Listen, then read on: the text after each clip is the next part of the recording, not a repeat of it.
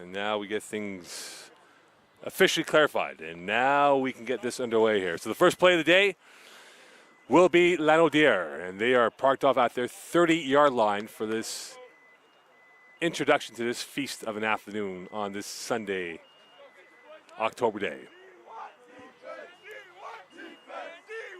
Francois, the big hitter for this offense, 520 yards, 85 carries. He's about 6.5 per carry this year. He's in the back right now with Saint-Onge. Last year, Lionel ran it all over the Cavaliers on this opening game 2021. Here's the first play to the left side, comes up ahead to the 10, and that is going to go enough for a first down. To the far side, they go to the 50, midfield, inside the plus territory, out of bounds. And the first strike for the Tigrad goes for a massive gain. And we see right now JJ Francois showing why he's a big hitter for this offense. And it'll be first and 10 inside the Champlain territory as they're at the 45-yard line with 14:34 left here in this opening quarter play.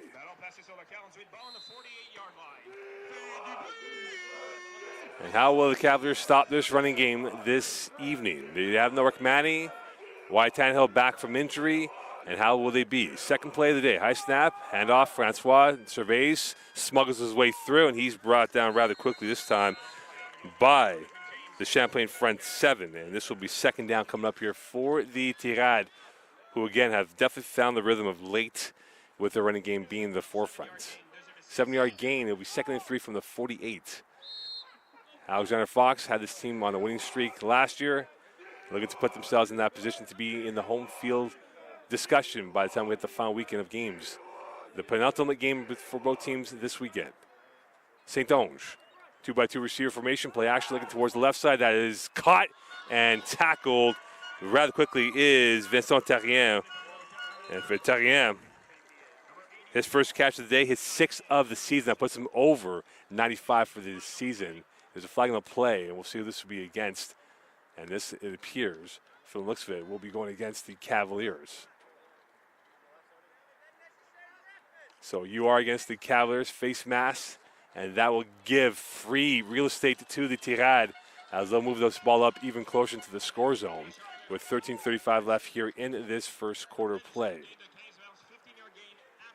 So this ball now inside the 15, officially marked off at the 16, now make it 15 to 14 and a half or so, give or take. And now it is going to be 4 to the left, 1 to the near side right. 4 down linemen for the Cavaliers. Francois in the backfield for the Tigrad. First and 10. Handoff, Francois to the right. He bounces up. He's got space. Now bringing his way through, and he's going to score the 6. Touchdown, too easy for the Tigrad, and they get the first 6 points of the day. And just like that, they're up 6-0 here from Seaway 3.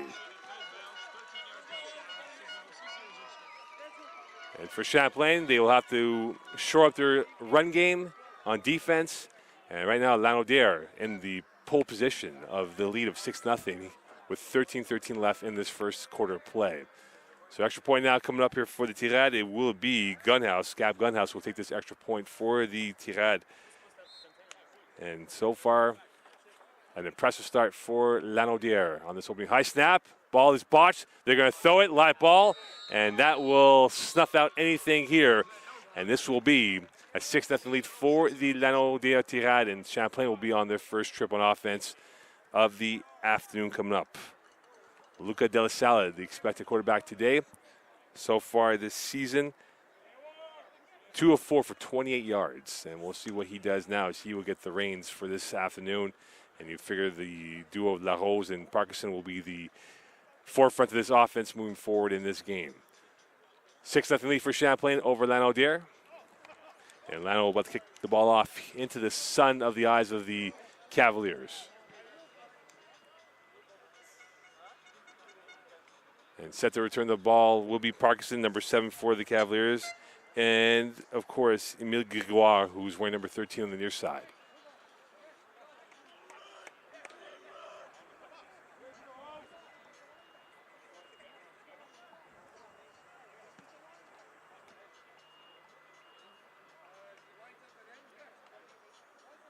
So kickoff now from the 45, and this is to be done by Gunhouse. He takes 2 steps to his left, takes a deep breath, and now the momentum in the teaming spearmint green in this opening quarter of play. Returnable for Parkinson. He gets it at the 18, and he'll bring it back out. Going across the green, up to the center field. Away he goes, bouncing out to the far side. He turns the corner up to the 30, 35, and he goes out of bounds just shy of the 40-yard line. And so Champlain will get great field position to start off here with their quarterback and Luca Del Sala at quarterback for this opening play. Parkinson in there along with Jaden Edgehill. We talk about the big hitters in this offense. No Sassy included. And, of course, Emile Gregoire, who's had a strong season this year for the Cavaliers. So 1st and 10 with 13 to go in this first quarter of play. Ball marked off at the 38-yard line. Gregoire is the third receiver now to the left of the formation. P.J. Frederick off the line as the second option on the left side. First play of the day for the Cavaliers. Here's a handoff to the left side. LaRose is stopped. Brought down by 2 green shirts for the Tigrad. And that will go for a very minimal gain as he was brought down rather quickly by Benjamin Dufort. It'll be 2nd down and 10. It's no gain for the run game for the Cavaliers. 2nd and 10 for the Cavaliers from the 38. Looking to jumpstart their offense down by a score 6-0 in this first half of play. Edgel holding the width on the near side left. Hand off again. Parkinson is waist tackle this time, brought down by Danick Pilon and his teammate in number 36 in Louis-Alexandre Lemaire, who gets the tackle. And now it'll be 39 for the Cavaliers. And you have to wonder now if this might be a throwing situation for the young pivots in De La Sala, who's trying to get his feet wet here, who's completed 2 of 4 so far today.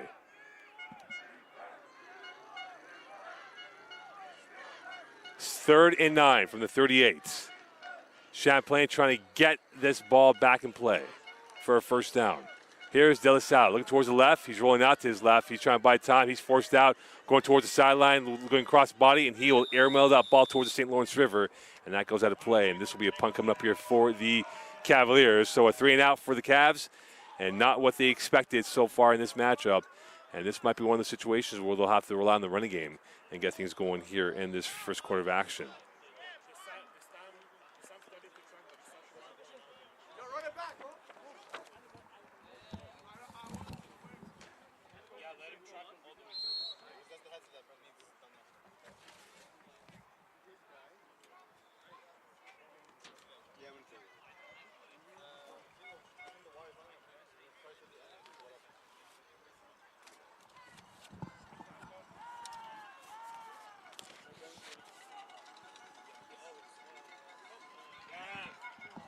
Untangle it, pull the wire up.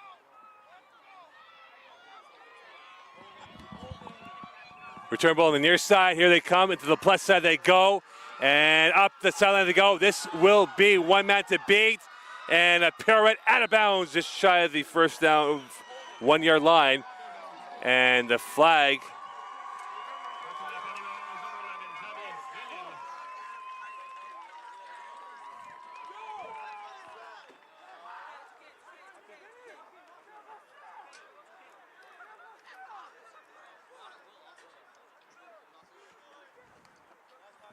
And Lanaudière will have great field position from the 1-yard line.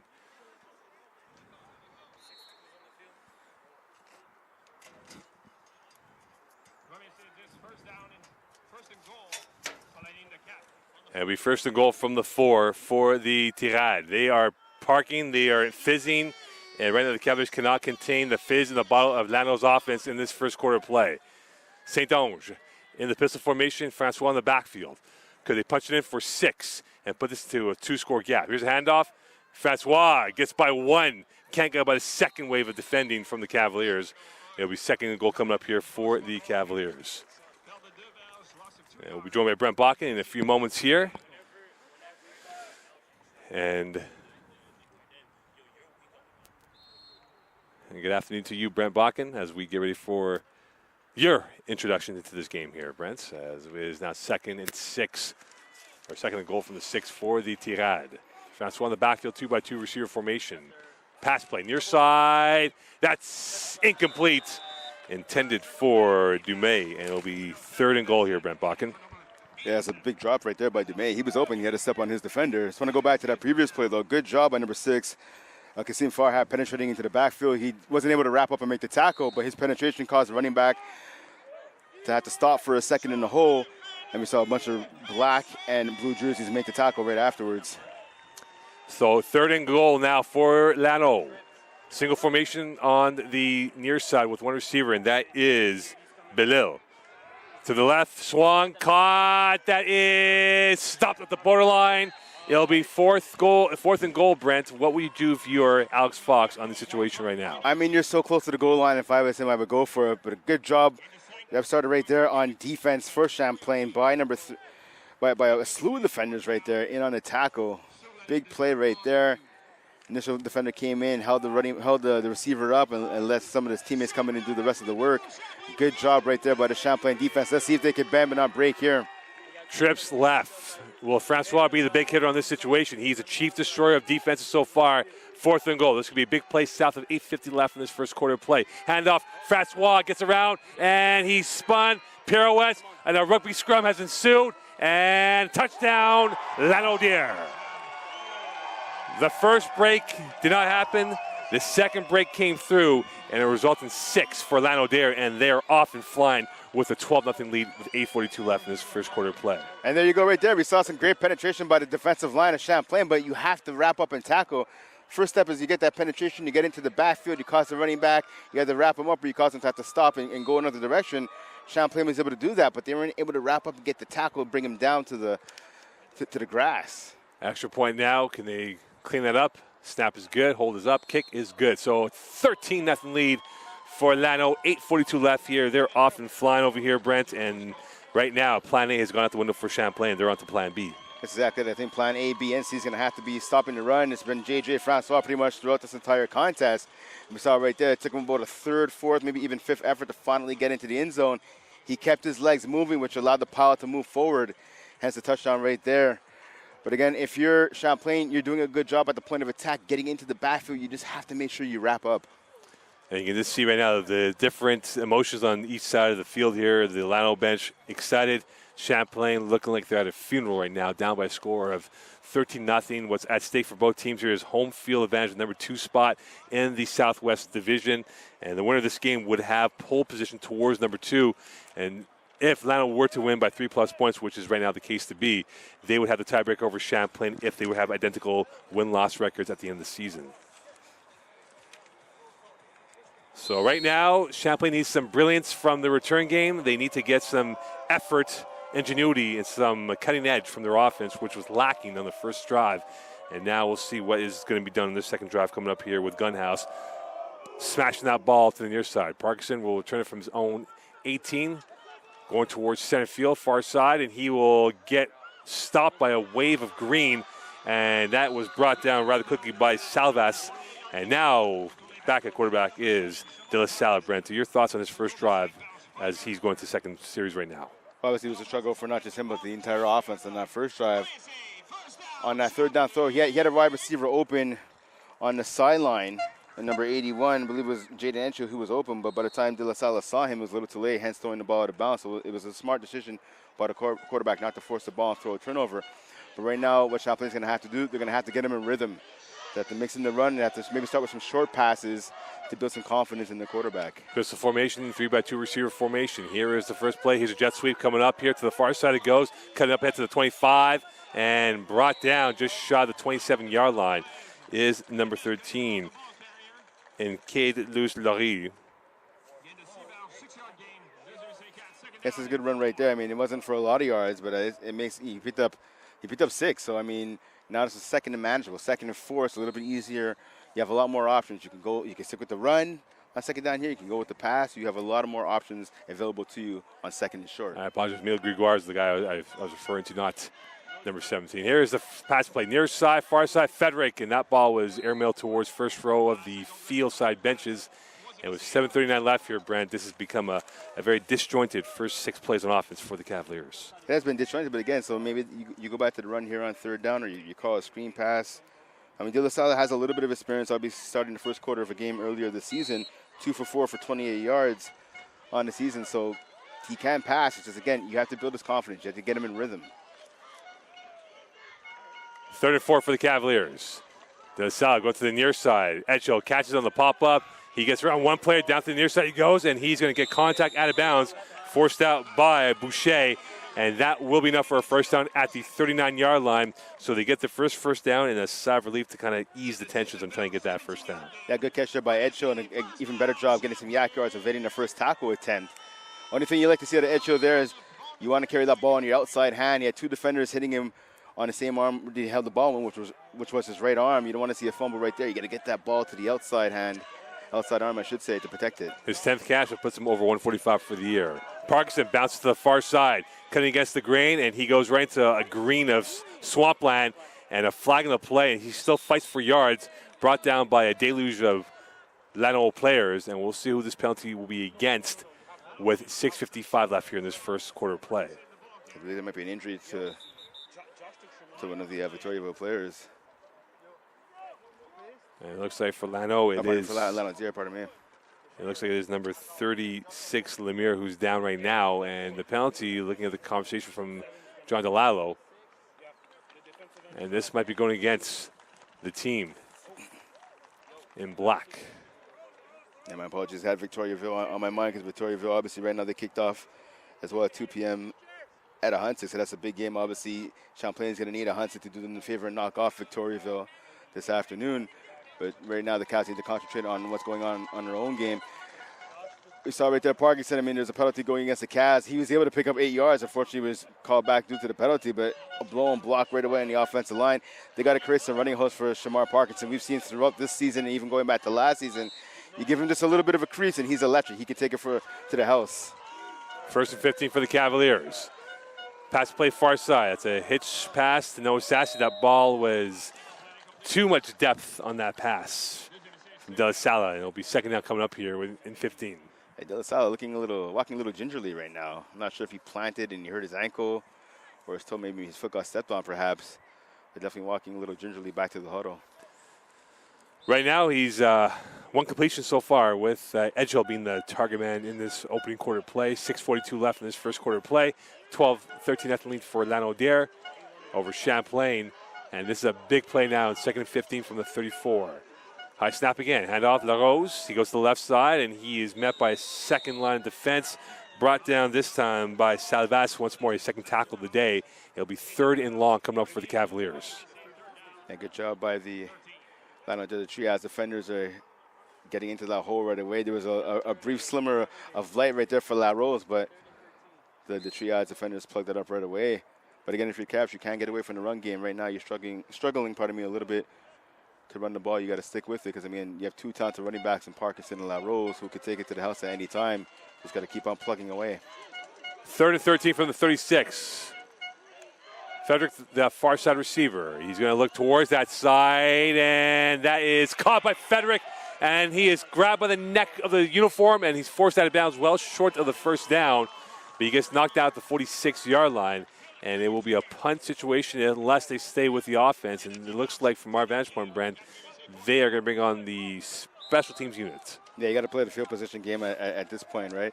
You're down 13-0. But a great catch there by Frederick. And that's why they brought him onto the team. He has a lot of good size, and he has good hands right there, jumping up right in the face of the DB, in Gabriel Gunhouse. Gunhouse, we mentioned his name, or you mentioned his name, I should say, earlier in the contest, one of the best players on this Triad squad.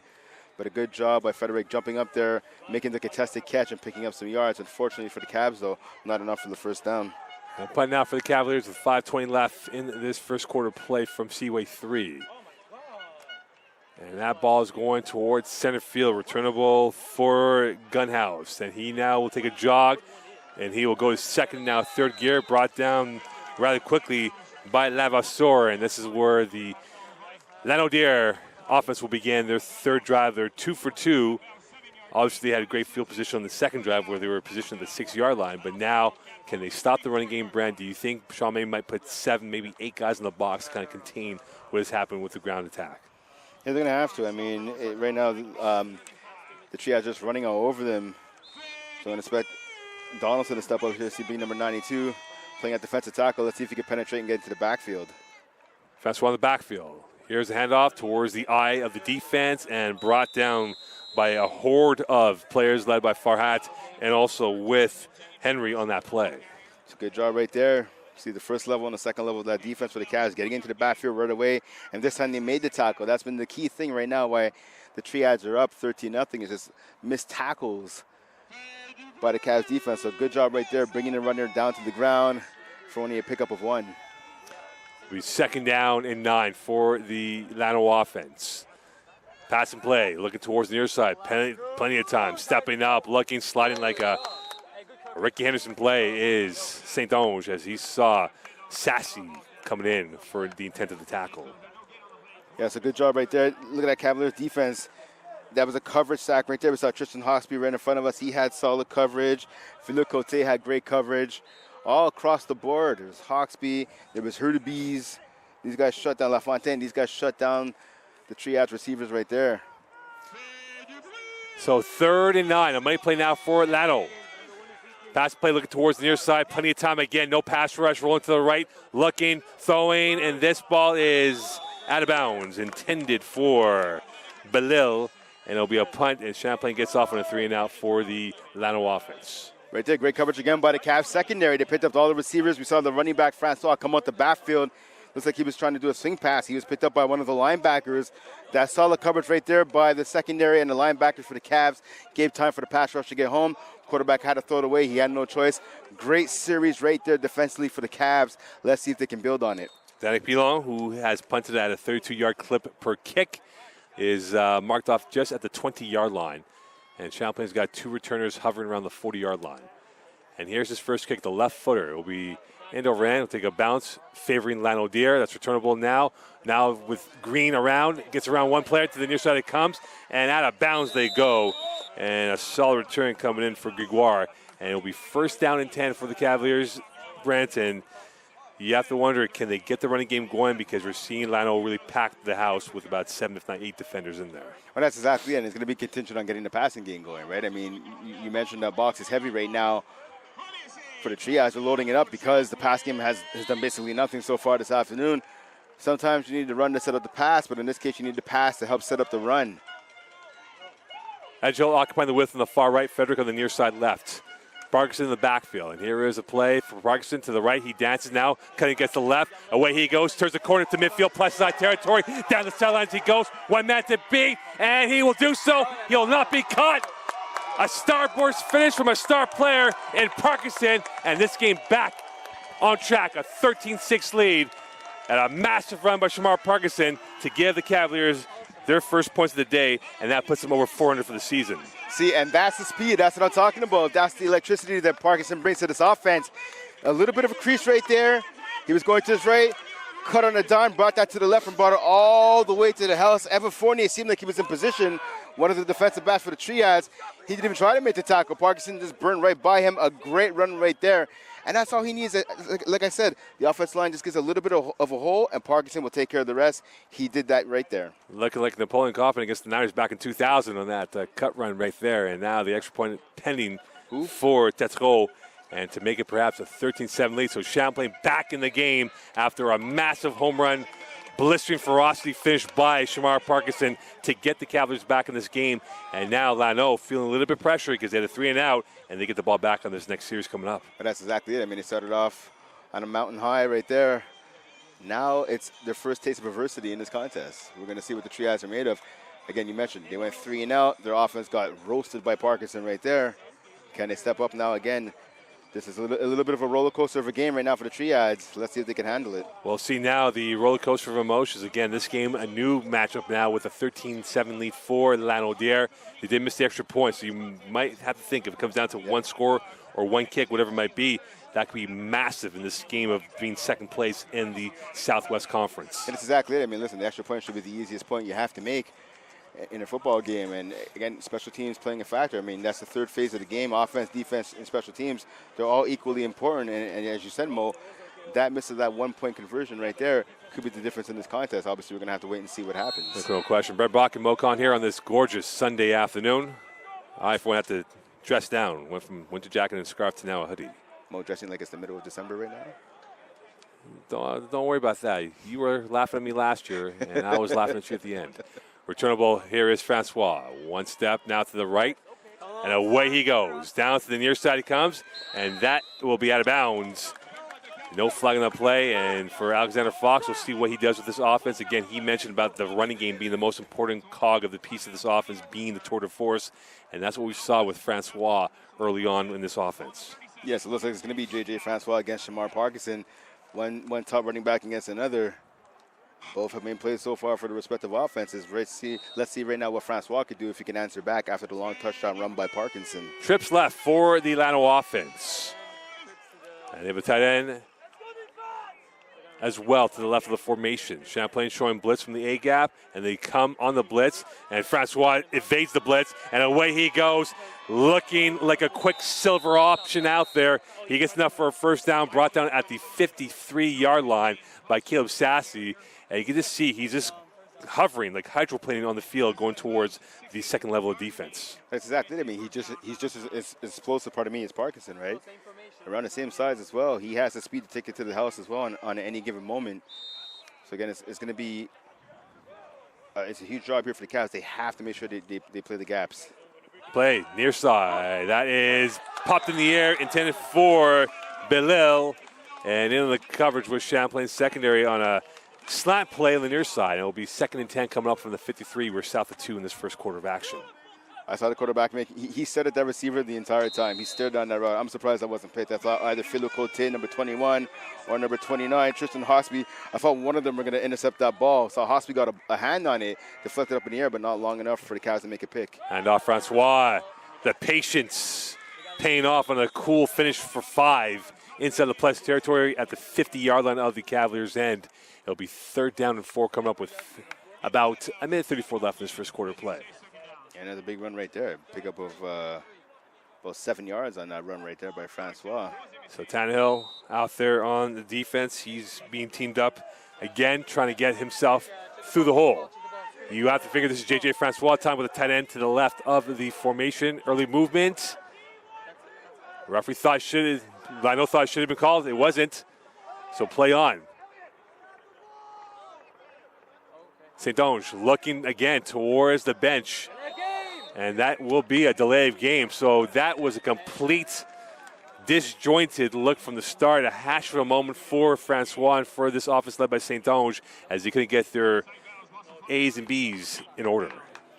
That's exactly what I mean. I think they were hung up on the fact that it wasn't an offside called against number 92, Josh Donaldson of the Cavs defense. But he was able to get back on side, though. Sorry, Jared Donaldson, pardon me. He was able to get back on side. So it was a good no call there by the refs. And, I mean, the offense seems to be disjointed, as you said. I mean, you can't pick up a delay game. You had a big pickup there on first down to make it 2nd and 3. Now you're facing 3rd and long. It's 3rd and 8 officially from the 55 midfield line. Could Champlain get off now? High snap again. Swing pass, far side. That is caught. Turning the corner. One man to beat, and this will be short of the first down. And it was Poitras who got that ball, Benjamin Poitras who got that ball, and he'll be short of a first down. And for the year, that's his 22nd catch. That puts him over 400 for the season. And now a punt coming up here. So Champlain gets off. They'll get the ball back on the next drive unless otherwise. Well, that's it, right? Bend but don't break. I was saying that earlier on the second offensive drive by the Triads, referring obviously to the Cavaliers defense. Listen, they gave up a big run. They gave up a couple of big runs, but they were helped up by the penalty. They were helped up by a sound tackle right there by Charles Lafontaine, an injured player. I believe that's Tannehill, yeah. And he just came back, I believe, from injury. He missed a couple of games, right? He had a lower body injury in the last home game.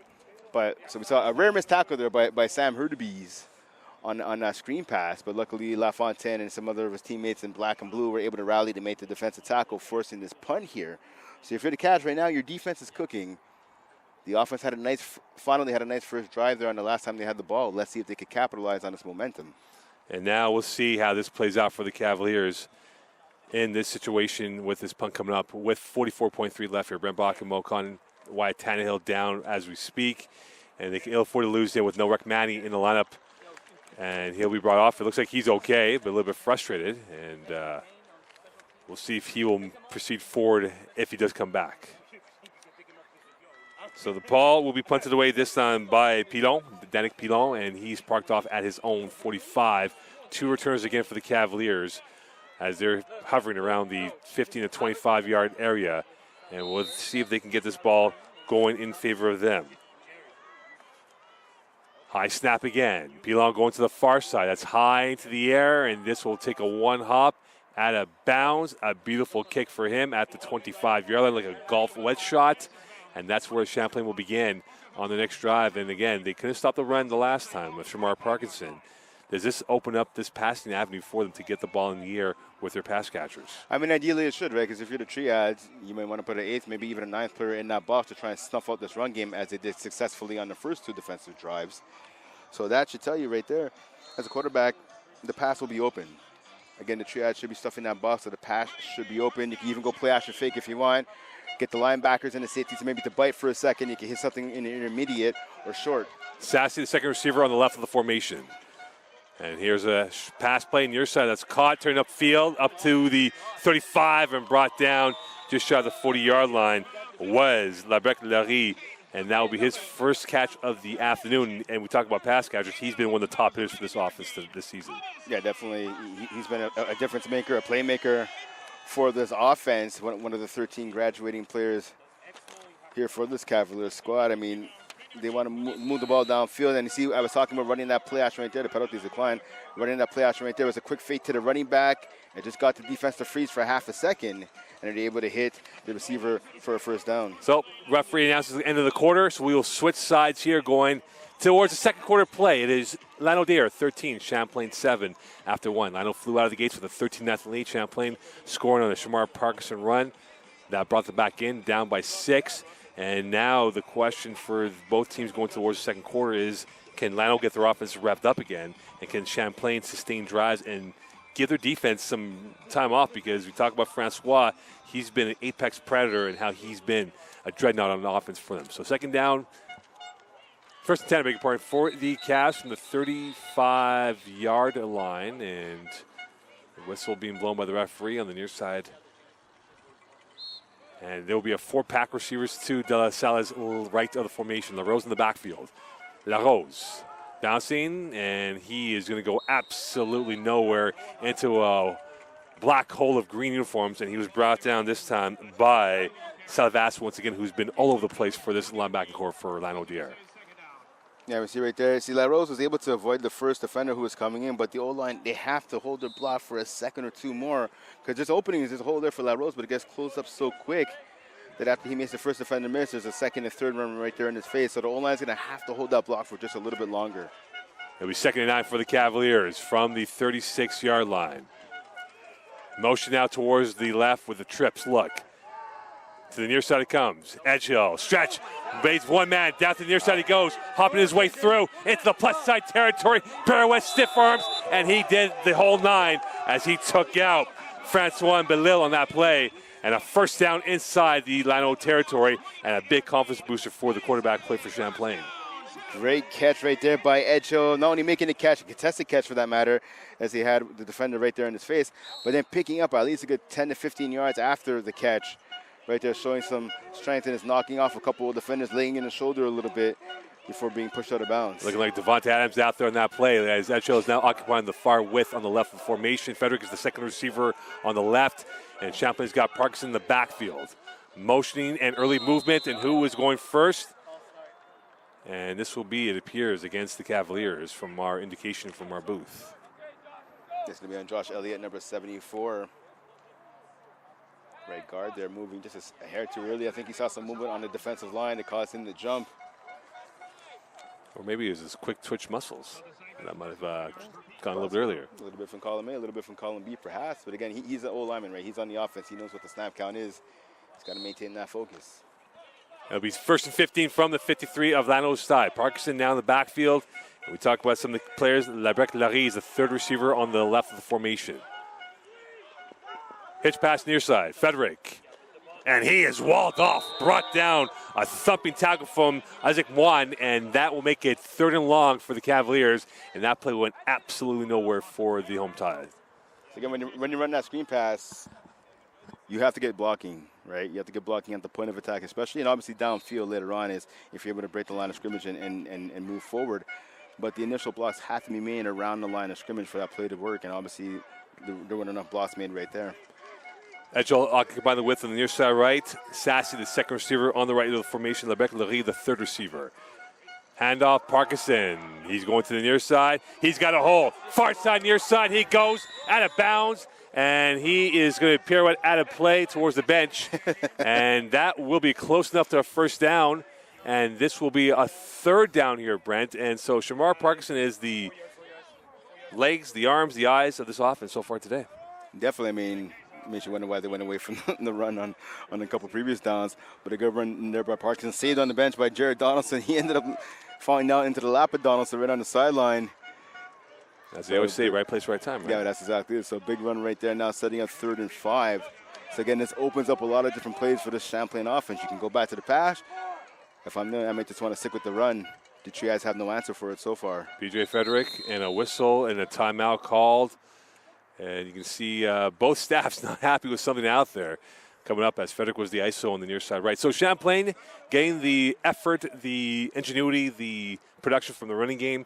And now we're seeing the fact that so far Edgell has had a big day for the passing attack, but Noah Sassy, we've not mentioned his name yet. How important is he to this offense to get them going with his experience of wealth of talent? Well, Noah Sassy's huge. I mean, listen, coming into the season, right, he was one of the veterans that was coming back. We saw, obviously, the departure of Zach Kluche and Mikhail Fafard as well, right? So Noah Sassy was the man with the target on his back.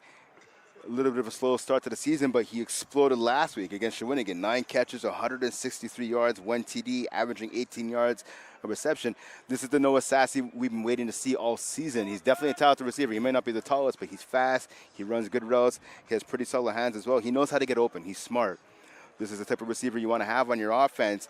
So, as the saying goes, better late than never. A little late to the party, if you will, in terms of production-wise, but he stepped up last week, and obviously with a lot of the injuries that this Cavaliers team is facing here this afternoon, they're going to need him to be a big factor if they want to pull out the W here. Well, the attacking armory for Champlain has talent, but they have not found him Sassy yet in this matchup. He's the second receiver on the left, with Edgell the far left option.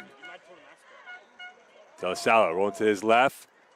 Hitch pass that's caught into the storm of green, and that is caught rather quickly this time by Lebec-Laurie, and that was close to being picked off, Brandon. It'll be close enough to a first down, and this might be a forensic touch of a first down gap of. Just like the official trying to measure it right now. And they'll bring on the sticks. Yeah, they're going to have to. It makes sense. It makes sense. Yeah, that was a dangerous pass, though, speaking to your point, Mo, by De La Salle. You never want to see your quarterback throw right there over the middle off of his back foot. But a good job of making the catch and the concentration right there by Lebec-Laurie to come up with that ball, despite the fact there was 2 defenders right beside him. And they will bring out the sticks, or the sticks will stay there. We'll see exactly as they make sure they get the sticks organized properly.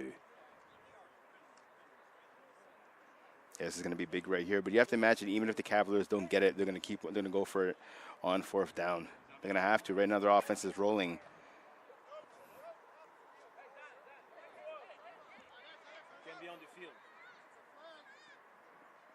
And that is a warning towards the Champlain bench of.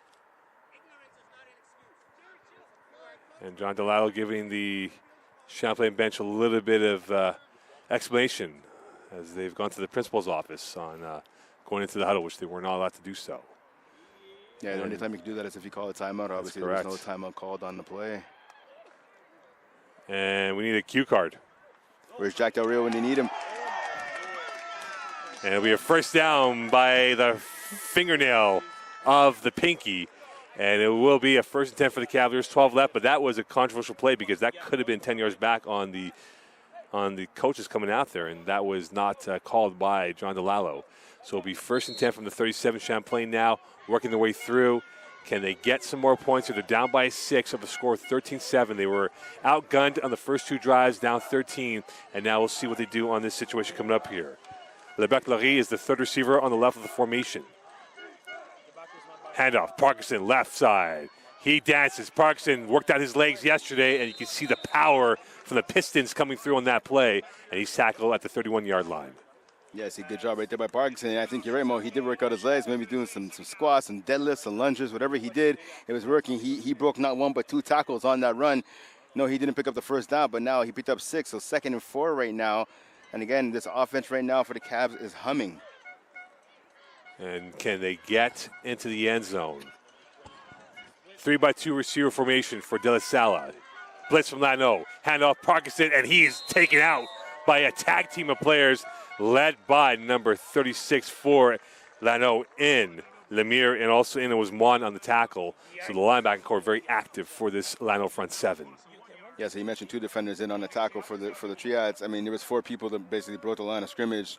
Parkinson had no chance on that one. 3rd and 5 coming up here for the Cavaliers from the 33-yard line. This may not be field goal range yet.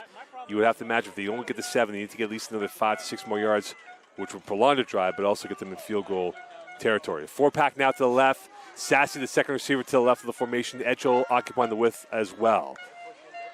De La Salle looking towards the right, near side. That's caught, turning, and forced out. Will that be enough for a first down?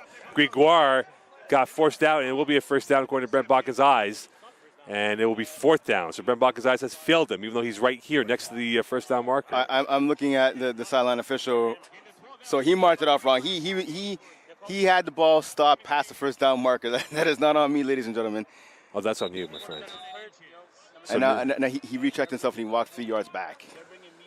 So now it is 4th and 1, and they bring in Lopez Rayon for Lano. Timeout called on the field.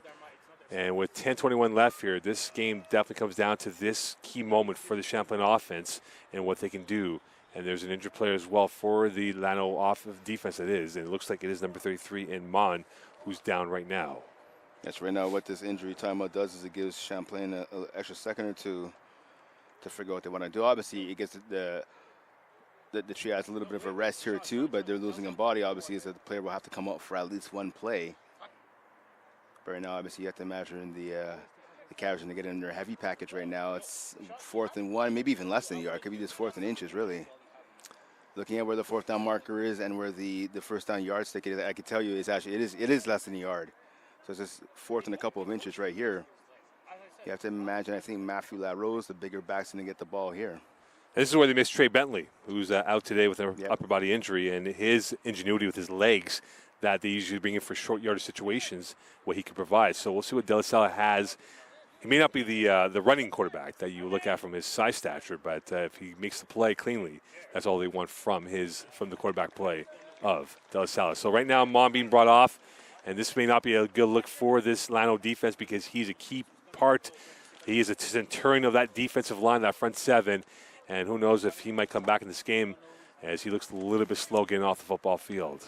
Yeah, definitely that's going to be a huge loss. 22.5 tackles on the season, right? Last time these 2 teams met, he had 6 tackles. He was leading the team in that game, and you hate to speculate, but right now he's being helped off the field, and he looks a little wobbly. You hope it's not a concussion, but that's what it looks to be. But we'll have to see. Maybe we'll get an update later on. And now it is going to be a 4th and 1 from the 28. De La Salle in underneath center. LaRose behind him. Quarterback sneak. He stopped in the first try, and he gets in the second try. All 6'4" of him was able to use his telescopic arms to get through on that first down. Yeah, good job right there. See, you mentioned earlier on a touchdown run by J.J. Francois, it took about a 3rd or 4th effort to get over the goal line. Right there for De La Salle, it took about a 2nd or 3rd effort to get that first down pickup right there. Good job by him again, keeping the legs moving, leaning his body forward, making sure he falls down forward, not backwards. And that was key right there to picking up the first down. So Benjamin Salva, he got into the backfield, but again, he didn't wrap up the quarterback tight enough. 1st and 10 for the Cavaliers. Parkinson, and he has stopped. Nothing but a green deluge. DeGee's coming through on that. And Parkinson not happy about that play. That was a broken play from the get-go, benefiting Lanaudiere's defense. Yeah, Parkinson actually taking the blame for that one. He's pointing to his chest saying it was on him. So not sure, maybe a miscommunication there between the running back and the quarterback. Maybe he was supposed to go the other way on a handoff, possibly. 2nd and 13. And Champlain going with 3 to the left, 2 to the near side right. LaRose in the backfield, 4 down linemen for Lanaudière. They come in a blitz. Here comes De La Salle throwing middle. He's got a man, and in for 6. Touchdown, Emile Gregoire. And De La Salle felt the blitz. He stepped up, made the throw, and Champlain back at parity against Lanaudière. Great route right there by Gregoire, birding past his man for his 5th touchdown of the year. You know who's not going to get credit? I mean, great throw as well. Matthew LaRose, he's not going to get a stat on that touchdown, but he had a great blitz pickup right up the middle, right up the A-gap. met the defender just past the line and stonewalled him, providing time for the quarterback to get off the ball, and a great throw and a great catch right there, and a great route, by the receiver. 9 left here. We're back to parity, pending the extra point for Champlain. If they hit it, they take their lead for the first time. We're now in the pole position with the live standings as we speak. Sassy the holder. Extra points critical. Kick is up and good. So Tetsuo hits. Champlain now in the leader position with 8:54 left here, 14-13 lead. And now Lano comes back on offense. This was a long, draining drive on the Lano defense. And you wonder now, does Champlain defense have the fresh legs going against the Lano team that they've now forced a couple of stops on defense? Well, that's it. We're going to have to see, right, obviously, when the ball gets kicked off here. But that is a long, it's a hard drive against the Trias defense, right? That wore them down. And it wasn't just it wasn't just Parkinson running the ball, right? They mixed in the run, they mixed in the pass right there. And that's what I've been saying all game long. Sometimes you need to pass to set up the run, and obviously you need to run to set up the pass. So good job by the Cavs and their offense and mixing in both right there and finally taking the lead in this game. So the Cavaliers offense has woken up, and now like you're saying, it's going to be on the Trias. Can they make a response? Their defense got worn down. Can their offense come out and respond and help them out? Or will the Cavaliers defense get yet another stop? Well, we know about J.J. Francois, what he can do. We talk about Xavier Belil. That's only been the 2 options so far for this Lano offense. We'll see if the supporting cast can come through on this next drive. A pivotal moment coming up big on the 4th down conversion by De La Sala, and he hits on the long touchdown to give the Cavaliers a 14-13 lead with 8:54 left here in this first half of action from Seaway 3. Tetsuo the kicker, and he will line drive it. It'll take a 1 hop off the face mask, still alive, and up ahead, a big hit right there. And Degree Malette will feel that tomorrow morning, and he was brought down by Lachab, and that was what you call a cannon coming from out of nowhere on a missile launch. There's Lachab right there, a big hit. You can hear the coaches right next to us at home. They were loving that hit as well as his teammates on the bench. Great hit right there. And with that, 8:54 left in this first half. And that's why sometimes the up guys just need to fall on the ball. Don't try to run it back, because sometimes that'll happen. 35-yard line is where they'll begin. Francois in the backfield. St. Doge has 4 to his left. He's not really opened up the playbook yet. Will he do so now? Handoff. Francois. He is gliding and he is sliding, and he's brought down by a horde of players led by Donaldson as well out there. So this will be 2nd down in about 4.5 coming up. Yeah, a big run right there. Good job, good gain tackling, limiting that run just to pick up a 5. Again, going back to that special teams play. Again, it's a big part of the game. Let's see if this rallies, this motivates the defense even more for the Cavs. 8:10 left in this first half. Tight end to the right of the formation for St. Doge. And he will play action, left side. That's caught. First down and more in traffic of bodies. Caught by Belil. And he made a tough one, as that was well contested coming in from the cornerback play of LaFontaine. It'll be 1st and 10 for Lanaudière. Yeah, it was a great catch right there, as you mentioned. LaFontaine was right in the back pocket of the receiver. The receiver, though, using his body to protect himself from the defender and make sure he caught the ball. And a new set of downs here, 1st and 10 from the 49 or 48.5-yard line of the Lano side. Francois in the backfield, 3-pack receivers on the right of the formation. Champlain showing blitz. They come on the blitz. St. Joe stepping up, locking, loading, going deep, near side. He's got a man, and unfortunate for Belil, he turned the wrong way 1 second too late. Yeah, it's a little bit of miscommunication. I think the receiver thought the ball was going to come to the inside. The quarterback threw it to the outside right there. He had a step on LaFontaine, but again, just falling a little bit incomplete. It'll be 2nd and 10 from the 49-yard line of the Lano side of the football field. It'll be 3 receivers now to the right of the formation. St. Doge has got Francois in the backfield, and Belil is all by himself, babysat by LaFontaine on the near side. Boris Henry Jr. is the Russian on the right end of the attack, looking towards the left. Slant, that's caught, and that is almost a carbon copy of what the play was two plays ago.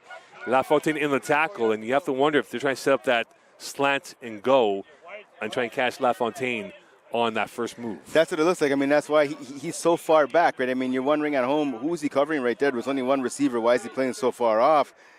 But if you're LaFontaine, you have to realize you have safety help over the top. So even if you drive on that and you miss the interception attempt or you miss the tackle, you have someone behind you.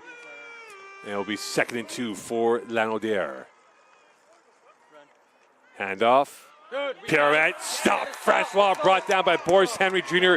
and Caleb Sassy, and that is a loss, and that's the first loss of the day for Francois, who had nowhere to go, and it was a cul-de-sac of black uniforms coming at him. Good job right there by Sassy. As you mentioned, Henry Jr. getting into the backfield right away, shedding right through their blocks and finding some openings. And this is what you want for this Cavs defense. You want to make the Triads go backwards. You want to stuff this running game.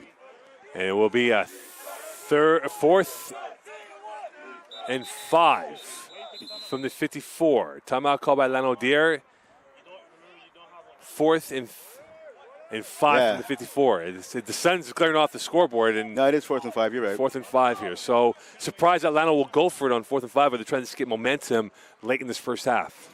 Yeah, I don't agree with this call at all. I mean, if you're Lano, listen, your offense did what it could. You couldn't get that first down, or a second first down, I should say. Punt the ball back, play the field position game. Because I mean, let's say you don't get the conversion here, right? You don't pick up the 5 yards. You're giving the ball back to your opponents, who right now are cooking on offense, directly at midfield. And now you have to wonder on this 4th and 5, if Champlain does force a turnover, how big will that ensuing possession be for the Cavaliers to get points before the team talk at halftime? Well, it's going to be huge. I mean, listen, they came back from down 13-0, right? They're on a 14-0 run. If you can make it 21 or even 17-13, you have to like what you're doing. Because, again, don't forget the Cavs start the second half with the ball, right? So, I mean, that's right. If you can score right here at the end of the first half, that's it. You can score right here at the end of the first half, and you can get the ball back and score again. You could have all the momentum. And now momentum could be on the precipice for either side here on this 4th and 5. 2-by-2 receiver formation tight into the right. Saint-Onge looking towards his left. Launching, going deep. He's got Belil. Incomplete. It took a ricochet off of Belil's hands and went off of Hawksby's hands as well. And Champlain gets the ball back inside Lano's territory. And a first down going the other way with 5:51 left here in this first half. And I tell you what, I think if that catch would have been made by Belil, he would have got called for offensive pass interference. He definitely pushed off. You can see it all the way from here. He pushed off on Hawksby, causing Hawksby to fall back about a yard or two. Obviously, that ball bouncing off the receiver's hands, and then I believe off of Hawksby to end the play before going out of bounds. So a little bit of a pass interference not called, but again, all for naught right there. More importantly, though, a big turnover by the Cavs defense. Trips left for De La Sala. Hand off LaRose. And he hammers for maybe 1 yard at best.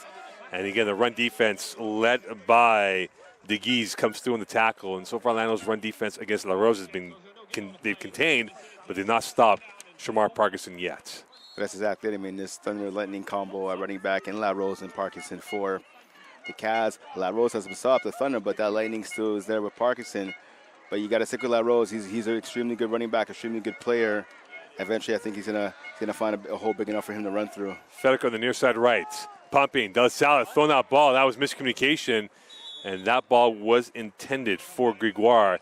And unfortunately for Gregoire, he cut his route off, and there was 2 green uniforms in on the conversation of that ball thrown. Yeah, that was lucky right there for the quarterback, because if that ball was a 2 or 3 yards shorter, that would have been picked off for sure. That's why it's so important the quarterback and the receiver have to be on the same page. I understand it's not the regular starter and De La Sala, but you can't have turnovers like that, or would be turnovers, I should say. Parkinson back in, LaRose off. Sassy, the second receiver to the left, and Frederick holding the width on the near right. It'll be 3rd and 10 for the Cavaliers. Passing play, De La Sala going to the far side. Edshill's caught at the 50, up ahead, and he blasts his way through to the 40, tackled at the 37-yard line. And Jaden Edchill has opened up his account and has put his savings onto this production value that he's had so far today. Yeah, great job right there making that catch. And obviously the yak yards after the catch, that ball, listen, it hung in the air for about 3 to 4 seconds.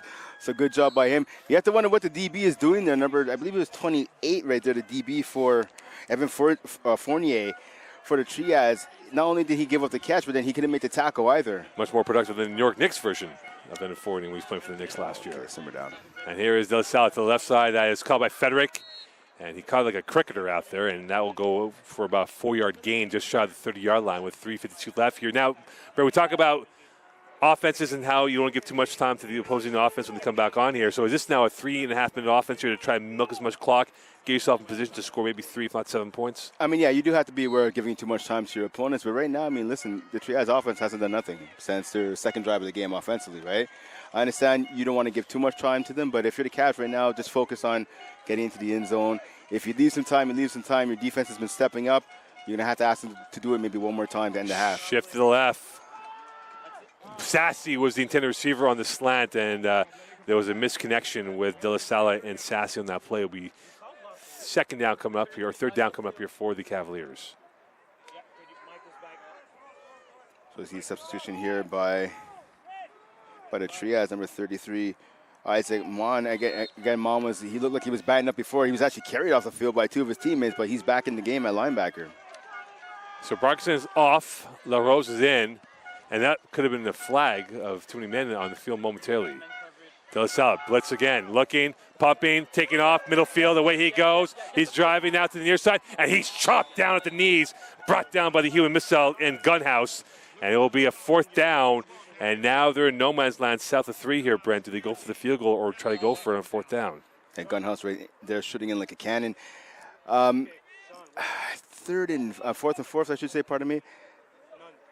I mean, you want it, yeah, timeout. They're going to have to call a timeout here. It's going to be a smart timeout, I believe, called by the Cavs. But, I mean, right now, if you're calling a timeout, then chances are you're probably going to go for it here. I agree with Charmaine. I can understand why the head coach is doing it. Again, your offense right now is clicking. You have the opposing defense back on their heels. I kind of want to take the sure points, but again, your offense has been so good, so efficient here, basically from the halfway point of the first quarter onwards. I can understand why he's going to go for it. And now, what is the decision here? Decision day coming up for the Cavaliers as he converses with his sideline. And from the looks of it, the quarterback will come back in. Parkinson will come back in, so they are going to go for it on fourth down and 4. And this is a long 4 right now from the 30-yard line. So if they don't hit it, they give the ball back to Lano at the 30-yard line with about probably 2:20 left in this first half by the time we get down to their next possession, if they don't convert. You see head coach Charmaine right now. He's talking to the kicker.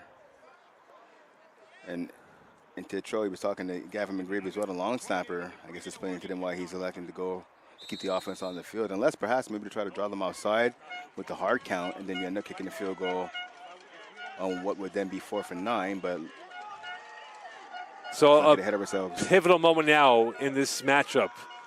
Parks in the backfield, 3 to the near side right. Blitz from Lanaudière and early movement, and Frederick is called on the offside. P.J. Frederick was the one who went offside, and he was caught in 2 minds on a hash of a moment, and you can ill afford to have that type of thing. This is what we call drive killers, and that was a drive killer for the Cavaliers, and now they will bring on these special teams units and seeing who is going to come out there. If Tetsuko will be kicking this field goal, and it looks like they will punt the ball away. Yeah, that's an unfortunate mistake there by the first-year player, first-year receiver. And again, some of the guys in green, they jumped as well, but I think Frederick jumped first, hence the offside. So now definitely it's going to be actually a... And now confusion from the Champlain special teams units.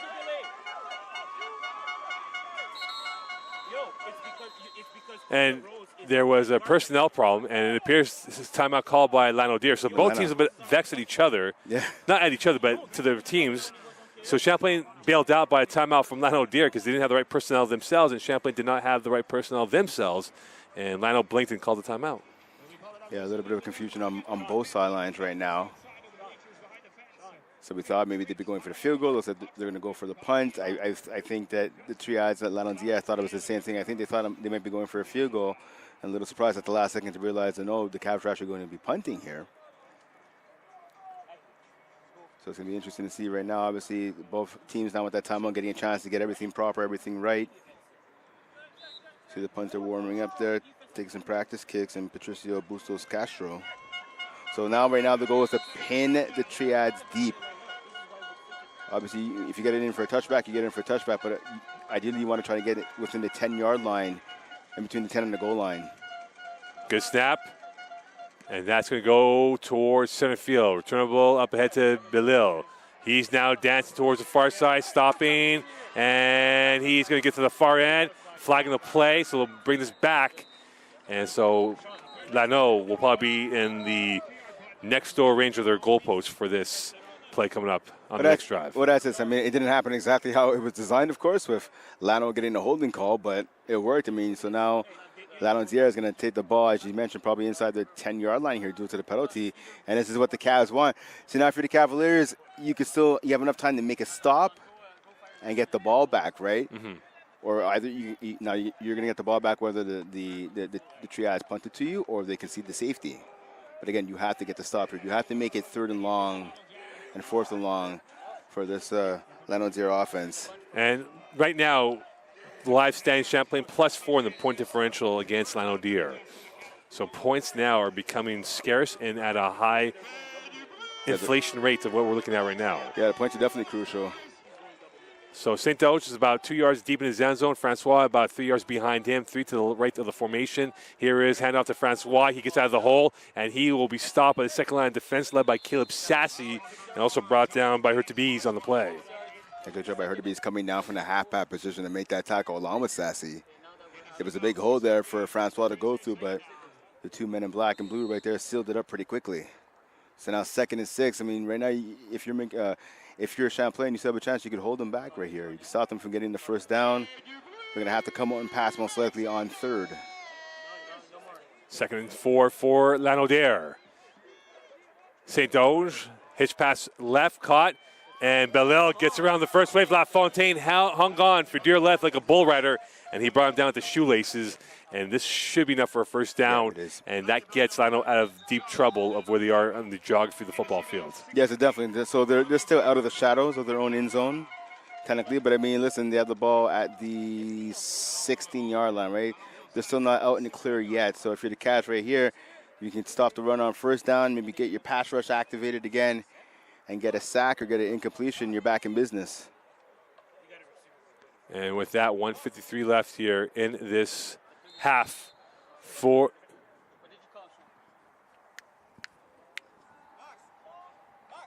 and 1:45 left here in this half. 1st and 10 from the 16-yard line. Francois in the backfield, 3 now to the right of the formation. Champlain's got an overload to the left of the O-line of Lanaudière. And here's the handoff, Francois, and he goes into that overload. And Sassy and a bunch of others in on the tackle, and that will stop play. And Roland also in on the tackle for the Cavaliers. Sassy, Farhat, Roland, good job just rallying to that ball carrier right there, stopping him for no gain. And that's what you wanted, a first down right here, right? 1:27 left on the clock. And counting right now, obviously, the clock is ticking. If you're the Cavs right here, try to get a quick stop here on 2nd down and force a punt. From the 18-yard line, 2nd and 8 with 1:15. Clock is rolling. I think Atlanta will be okay if the clock continues to melt away. And Francois is going to get enough plus more to the right side. He goes. Francois is slicing with his surgical hands of this Champlain defense, brought down by Côté Philippe, that is. It'll be 1st and 10, and now gives even more breathing room for Lanaudière with a minute left in this first half of this ball game. Yeah, that's on Henry Boris Jr. right there. He got penetration right into the backfield. He came up from the outside from the C gap. He shot into the B, but then he missed the tackle. The running back ran right where the defensive end was. It brought that ball to the outside, picking up that first down. You have to maintain. You have to maintain. You have to keep the contain right there on the outside. You can't let the running backs escape to the outside. If they go up the hole in the middle, it's fine. You have more jerseys on the inside than the outside. South of 53 seconds left, and Alex Fox not happy about something. Handoff. Look out to the right side it goes, and away they go, spun out of there.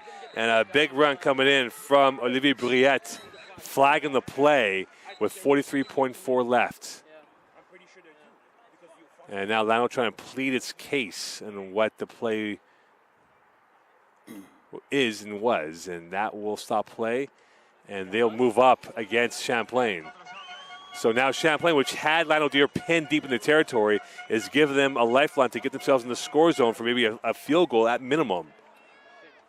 Yeah, they started the ball about inside the 10-yard line. It's all the way at midfield right now in just over 2 minutes. And can't take penalties. Can't take penalties now at the 54-yard line. Another 3 plays, perhaps. They can get themselves in field goal range if they do get positive yardage. Here is St-Onge. Plenty of time. Launching middle. Cut. First down and more. And a massive hit coming in as the player, Pepin, made the hit. And he brought down number 80 in Benjamin Poitras. And he is feeling it in his rib cage. And he might be winded. And from Poitras, that's his 23rd catch of the season. And with that, the Cavaliers laying an autograph with 37.2 left in this opening half. And Poitras, if he can't continue in this one, he's their leading receiver, right? Coming into this game, 21 catches, 391 yards, 2 TDs. He took a shot. That was like a punch in the gut right there from Philippe Olivier Pepin. So it's unfortunate for the Cavs that they gave up the first down. But and they might be down 2. Yeah, exactly. Well, that's it, right? Might be 2. Poitras being out along with Mon, who got hurt earlier before. Well, Mon's back in the game, right? He came in on the last defensive series. We saw him. I'm surprised, to be honest, that he was able to continue in this one. Again, he looked a little wobbly, had to be carried off. He got about 20 yards away from the sideline. He had to be carried off by 2 players. So it's nice to see Poitras now back on his feet. Perhaps maybe it's not a shot to the sternum. Maybe he was just winded. Hopefully that's the case because he took a hammer of a shot from Pepin. But the hammer leads to a first down for the Lanaudière offense. Clock is rolling south of 30. Might have about 3 more plays left if they execute, officially speaking here. St-Onge, St-Pierre now will look at his options that he has. He's got 3 now to his left, tight end to the left formation as well. Clock is rolling, 15 seconds left. This took a lot of time off the score clock. Step it up, sacked, brought down, Henry. And that might take Lanaudière out of field goal range with 8.2 seconds left.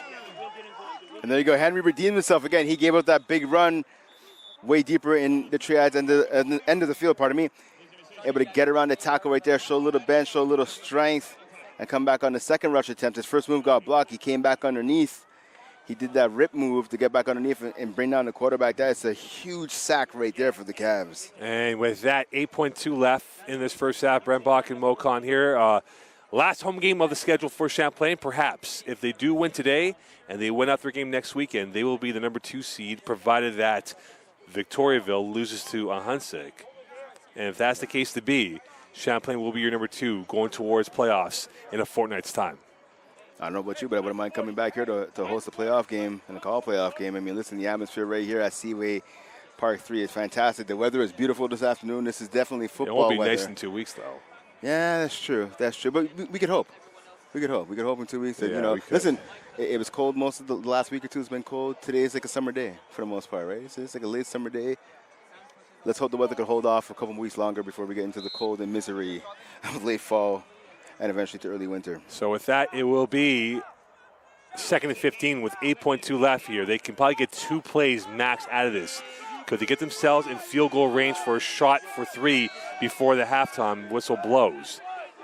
Tight end left for Lano. St-Pierre looking towards his left. Throwing, caught, but Lil dropped it. 4.3 seconds left here, and this might be Hail Mary time for Lanaudière if they don't go anything more than what they have so far. Seeing that pass right there, that's a mixture of a low pass and the receiver not expecting the ball right away. The receiver came out of his route. He was open, but again, a low pass by St-Pierre. Just a little bit off target there. And again, though, the receiver put his hands on the ball. He should have been able to make that catch. So a 3rd and 15. If Francois gets it, he'll have to slide before the clock expires to get 1 more play before it's over. High snap, St-Pierre, draw play. And they will run out the clock. And that is it. So at the end of the first half, Champlain 14, Lanaudière 13. Champlain on a 14-0 run. Stay tuned here. 30 down, 30 to go. This game's still in the balance.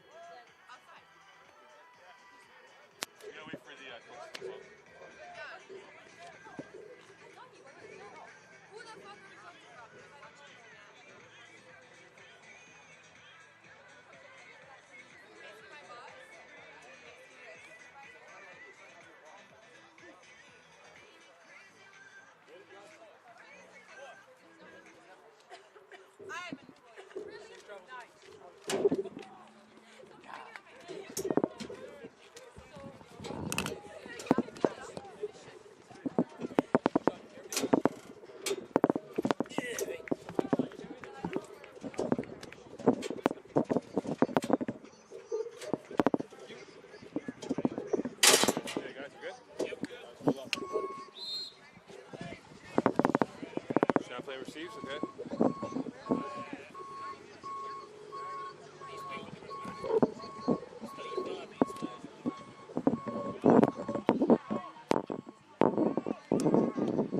Go up to that length over there, please.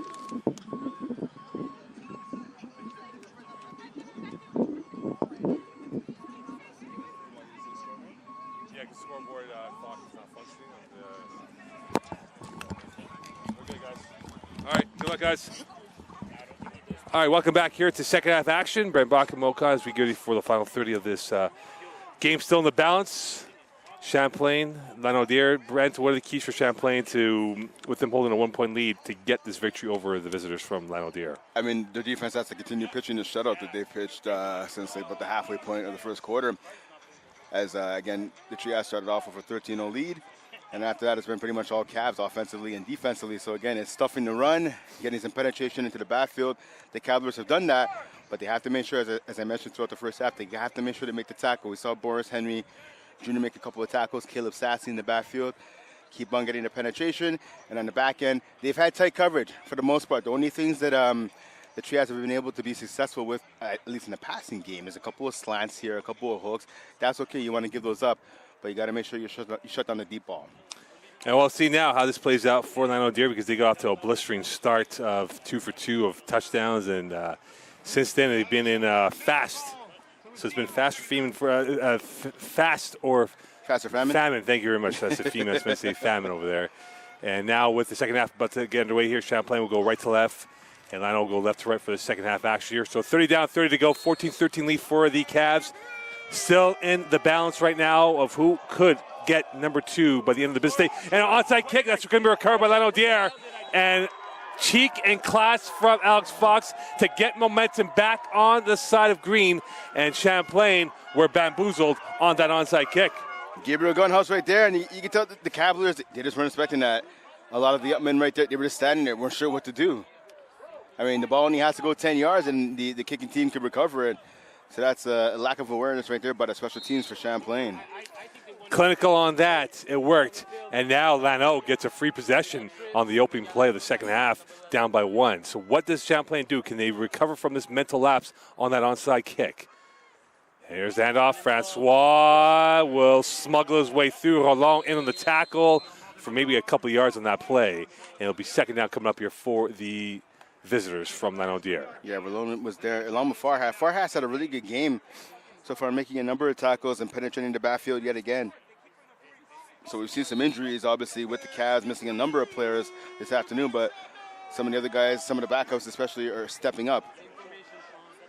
Francois on the backfield, trips now to the right of the formation of the Lano attack. 2nd and 8 from the 51 of Champlain. Here is a passing attempt coming for St. Pierre, going middle. He's got a man, first down and more, and a great catch and run. And back in the game was Poitras, who just sliced the secondary with his catching prowess on that play. Yeah, good route there by Poitras, right up the seam, good throw by the quarterback, hitting him in stride. It's nice to see that Poitras is back in the game again. He took a missile of a shot right in the chest area to close out the first half. And now the fizz in the bottle of Lano is about to be let out with the way they're flying out of the gates in the second half. Trips right once more. Blitz from the near side. Here's a play action going to the left side. That is incomplete, intended for Belil. And a crash of bodies. And it looks like LaFontaine took the heavier blow on the incidental contact coming in. I believe that was Pepe in there laying the hit, unfortunately, on its own teammate. It was intended for Belil, but... a friendly fryer. Yeah, that's exactly what it was. That's going to happen sometimes, though, unfortunately, in football. And so right now, teetering on their opening drive of the Cavaliers, and they can ill afford to lose LaFontaine, who is the field side corner on this defense, and he looks like he's going to be okay. With 13:33 left, he'll have to go off for a play or two. And now for the Tigrad from the 26-yard line, can they get points here? A score will give them a lead, whether it's 3 or 7. So right here again, I've been saying it throughout the broadcast. Bend but don't break if you're the Cavaliers defense. You obviously want to hold them to 0 points, but if you have to give up something, you only want to give up the field goal here. Let's see if the Cavs can get off the field and get that done. High snap, handoff, Francois dances, gallops to the left side. He's got space, looking towards the far side, trying to turn the corner, and he'll be close enough to a first down as he's closed down by Le Chab. And that is an easy run for him. He makes it look so simple with his quick silver star burst ability that he has. Again, that's on number 23. There's Boris Henry Jr. He's slanting down from his defensive end position, but he has to maintain that contain on the outside. He has to make sure that he's there. He looks like he's hurt actually right now. He's down on a knee, so that's unfortunate to see. But he has to maintain the edge. He can't let the running back get off the edge because, as we've seen throughout this contest, when J.J. Francois gets to the edge, that's where he's most dangerous.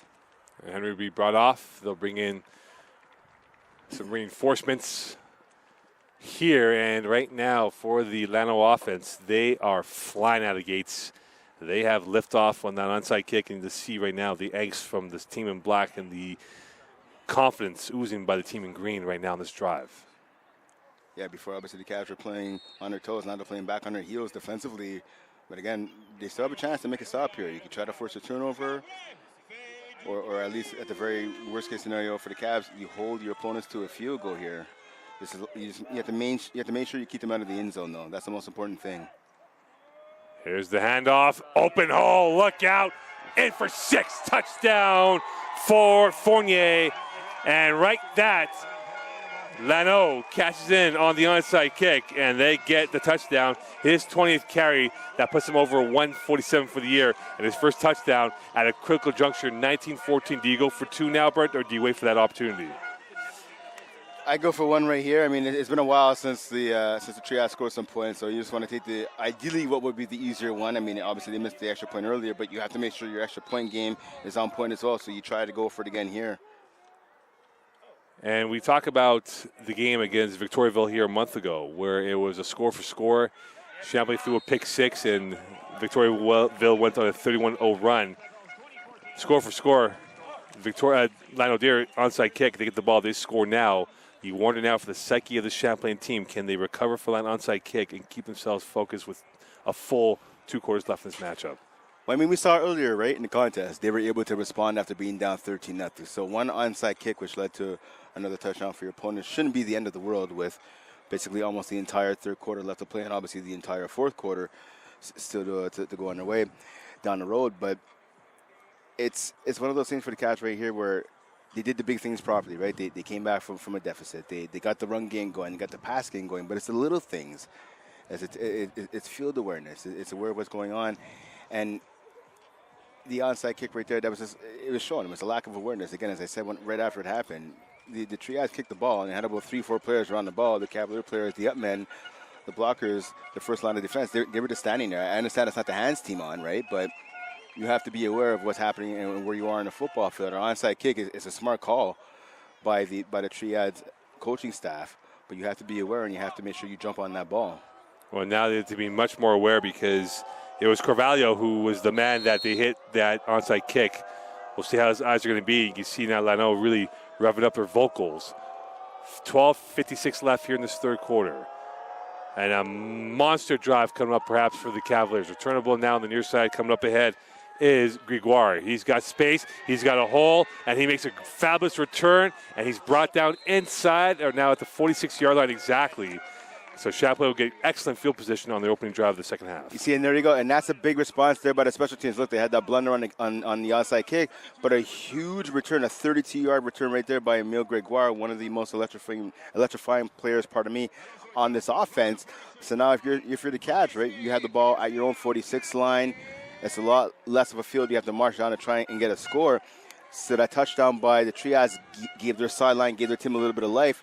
Here's a chance for the Cavs now to snuff that out once again. Quads right for De La Salle. Flag, and that play will not count. And Parkinson trying to do his Oscar Award performance there, and that didn't really work out well. And it'll be on Lanaudière, so it'll be 1st and 5 for the Cavaliers. Yeah, Parkinson was hit by number 48, Salvas. Also, it's a penalty actually it's offside on the Triads defense. So that worked out well for the Cavs. And Parkinson there, as you mentioned, trying to draw an Academy Award, perhaps an Emmy for that performance right there. First and 5 for the Cavaliers from the 51. Parkinson to the left of De La Salle. Trips left as well. Here is De La Salle looking towards the right, firing at his tail, catches, and he is sticked on the ground, brought down by Gunhouse, who has been all over the field, has covered every blade of grass on this turf today. Just good tackle there by Gunhouse, and that's been something that's been missing from that Lanaudière defense. We've seen those passes to the outside, whether it's to Lebrec Laurie or to Frederick. We've seen missed tackles after the catch, right? So that's a good tackle right there to make it now 2nd and 2 instead of giving the Cavs a first down. For the quarterback there in De La Salle, though, you want to see him gun that pass in to let the receiver have a chance to make the catch and to make a play afterwards. Hand off Parkinson, right side. He's going to bounce it out, first down and more, and bounce it at the 50-yard line. And that will be enough for that, and brought down by DeLille. And it will be first down on 6-yard gain for the Cavalier running back. And I'll tell you what, that run right there was all Parkinson. We saw the offensive lineman there, number 63, Wolfgang Huck. He missed his block. There's penetration right away as soon as Parkinson got the ball. But again, showing his speed, his strength, and his agility to get to the outside and pick up more than enough yardage for the first down. So a great run right there by Parkinson. For the Cavs, you want to see the offensive line just do a little bit better job of holding up at the point of attack. Overload to the right of the formation now for De La Salle. He's looking towards the left. Edgehill caught, and Gunhouse again, almost a carbon copy of the play from a couple of plays ago. And now it will be second down coming up here for the Cavaliers with 11 left in this third quarter. And that catch there by the receiver again, and surviving the hit. He was hit by about 2 or 3 players in green. So right now, 2nd and 5. This gives the offense a lot of opportunities here. If I'm the Cavs right now, I'm going back to the run because, again, we've seen pretty much from the 10-minute mark of the first quarter, the Triads have no answer for it. Worst case scenario, you don't get the first down here. It becomes 3rd and 5, and still you could go back again to the run or go to the pass. Blitz from Lanaudière. De La Salle sack, loose ball fumble, recovered by Lano.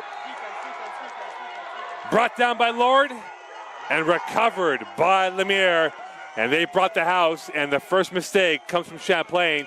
And now with 10:29 left in this third quarter, can the Cavaliers create something out of nothing with them now having a blow to the jaw of their faces? Yeah, good job there by Francis Lord, number 55, getting around the tackle, getting his 3rd sack of the season. Good recovery there. That was actually Isaac Mon, number 33, picking up the ball off the turf, getting the recovery. And Lano's tails are up.